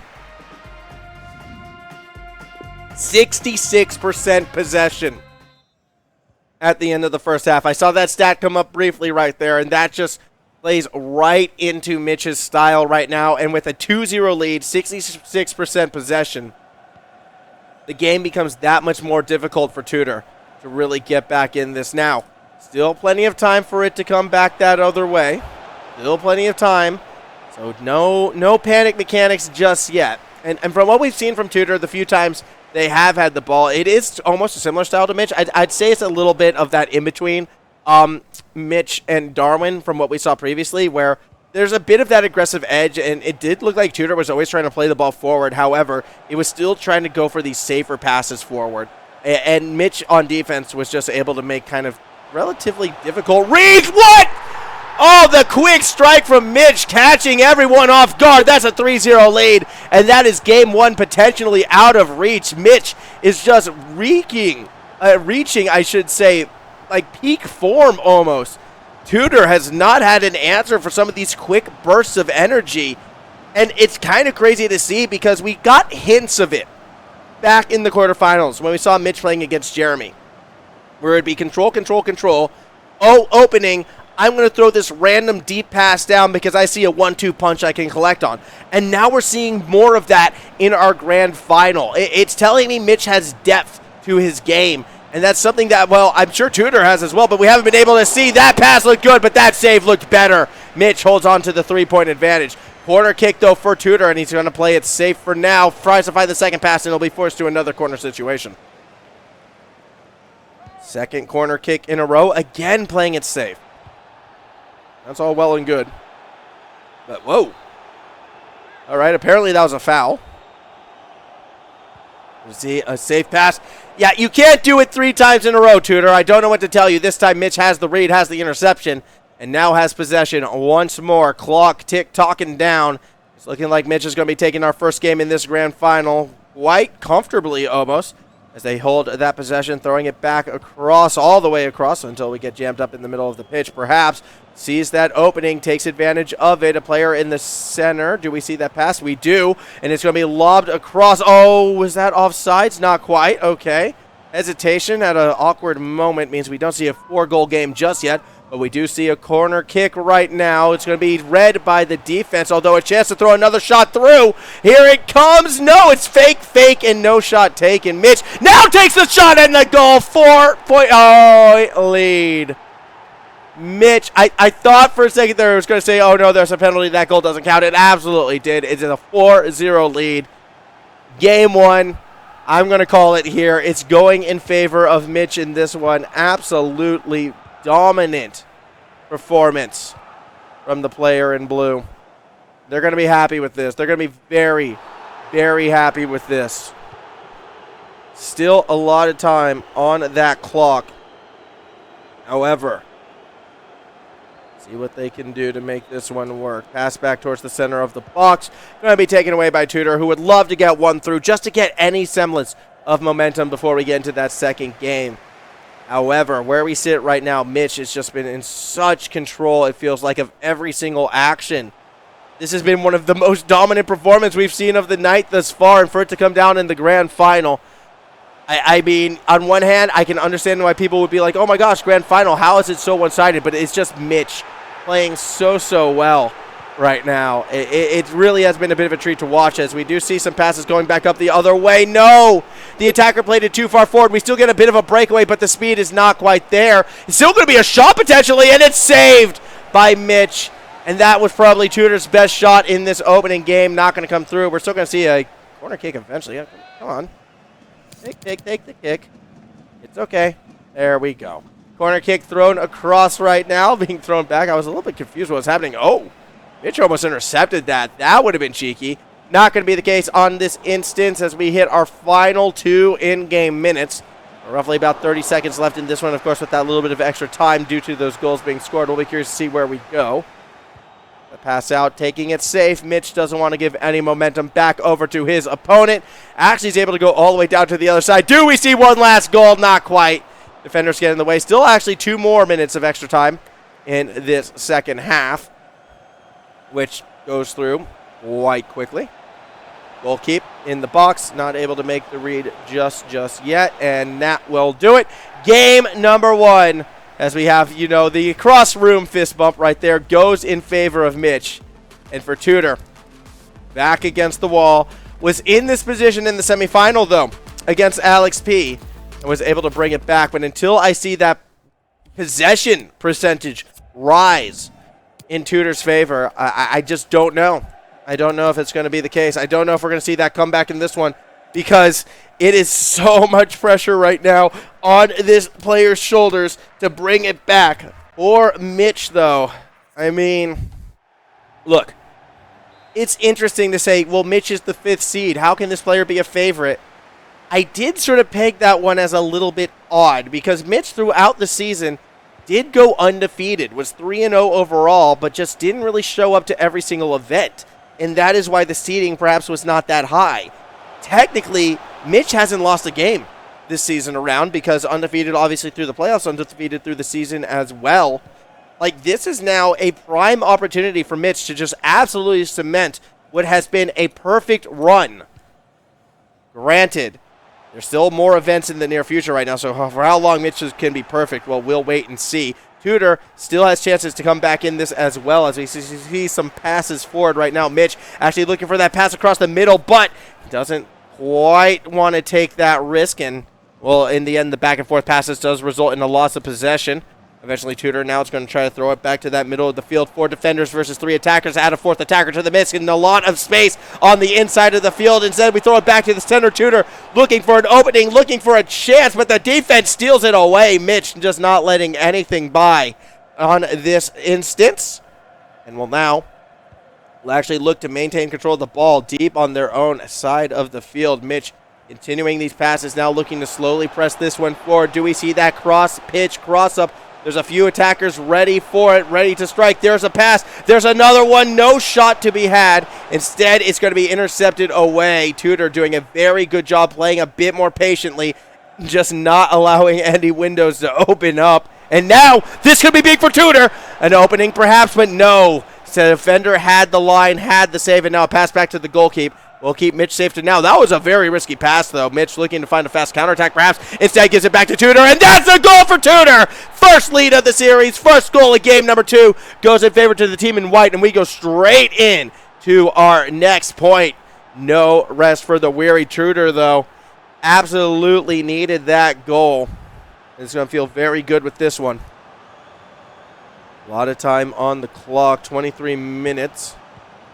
See some passes back and forth, up and down, all around. This could be dangerous right here for one Mbappe if they can find that angle. Mitch wants that goal, but a suffocating defense will shut it down and push it away. Tudor now with possession once again. Oh, that is a dangerous pass. That is a huge breakaway. I would be shocked if it doesn't go in, but no, goes for one last pass and may have given up that one.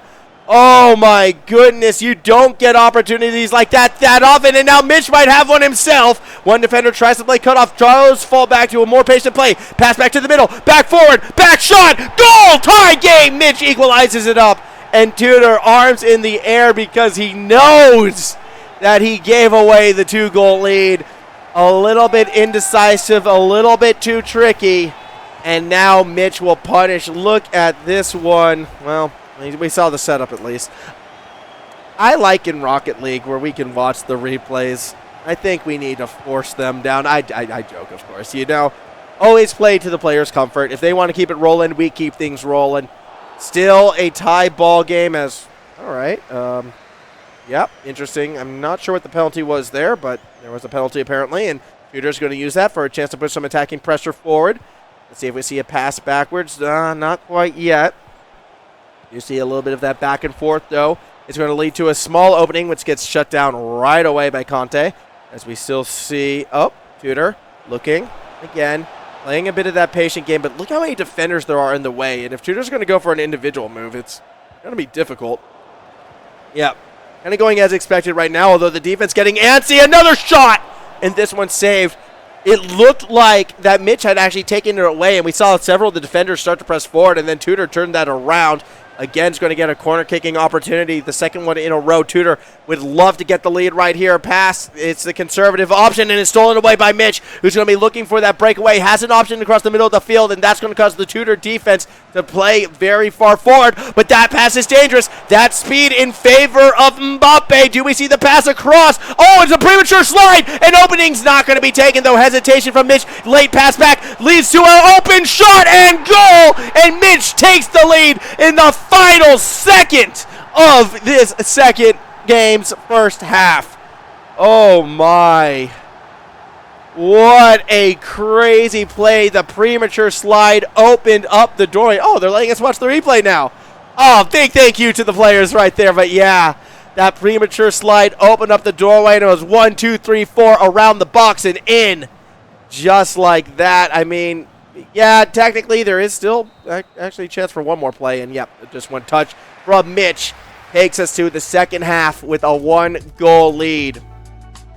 4 minutes from the most dangerous player with an advantage. But first he has to get it back off him because Tudor's going to start off with the ball in this second half.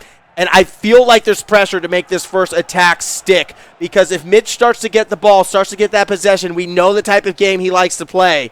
Tudor, though, does play a similar game and might be able to use it to his advantage right here. It's going to try to get around that outside and eventually runs into trouble. Mitch steals possession away. Tudor, in desperation, is going to just keep that one out. Doesn't want to give Mitch the time and the space to start whittling this clock down. It will eventually force a pass back to the goalkeeper. who is now going to try to play it straight up the center. And now we see, a risky deep pass, actually, and that's going to cause possession to be thrown back over to Tudor, who is going to look to control the ball in the middle of the field. Mitch is A-okay to keep defenders back until he plays one forward. This could be huge! Breakaway goal! A chance for a 2-point lead. The shot comes, and it's, just wide to the right. That could have been a tournament-winning play off a surprise breakaway again. Mitch will come up with these plays every now and then that you might not expect. We've seen it from Tudor as well. Two very similar styles between these two players. And now Tudor is going to try to set something up from the corner. Winds up just kind of throwing it to the goalkeeper. Okay, fair enough.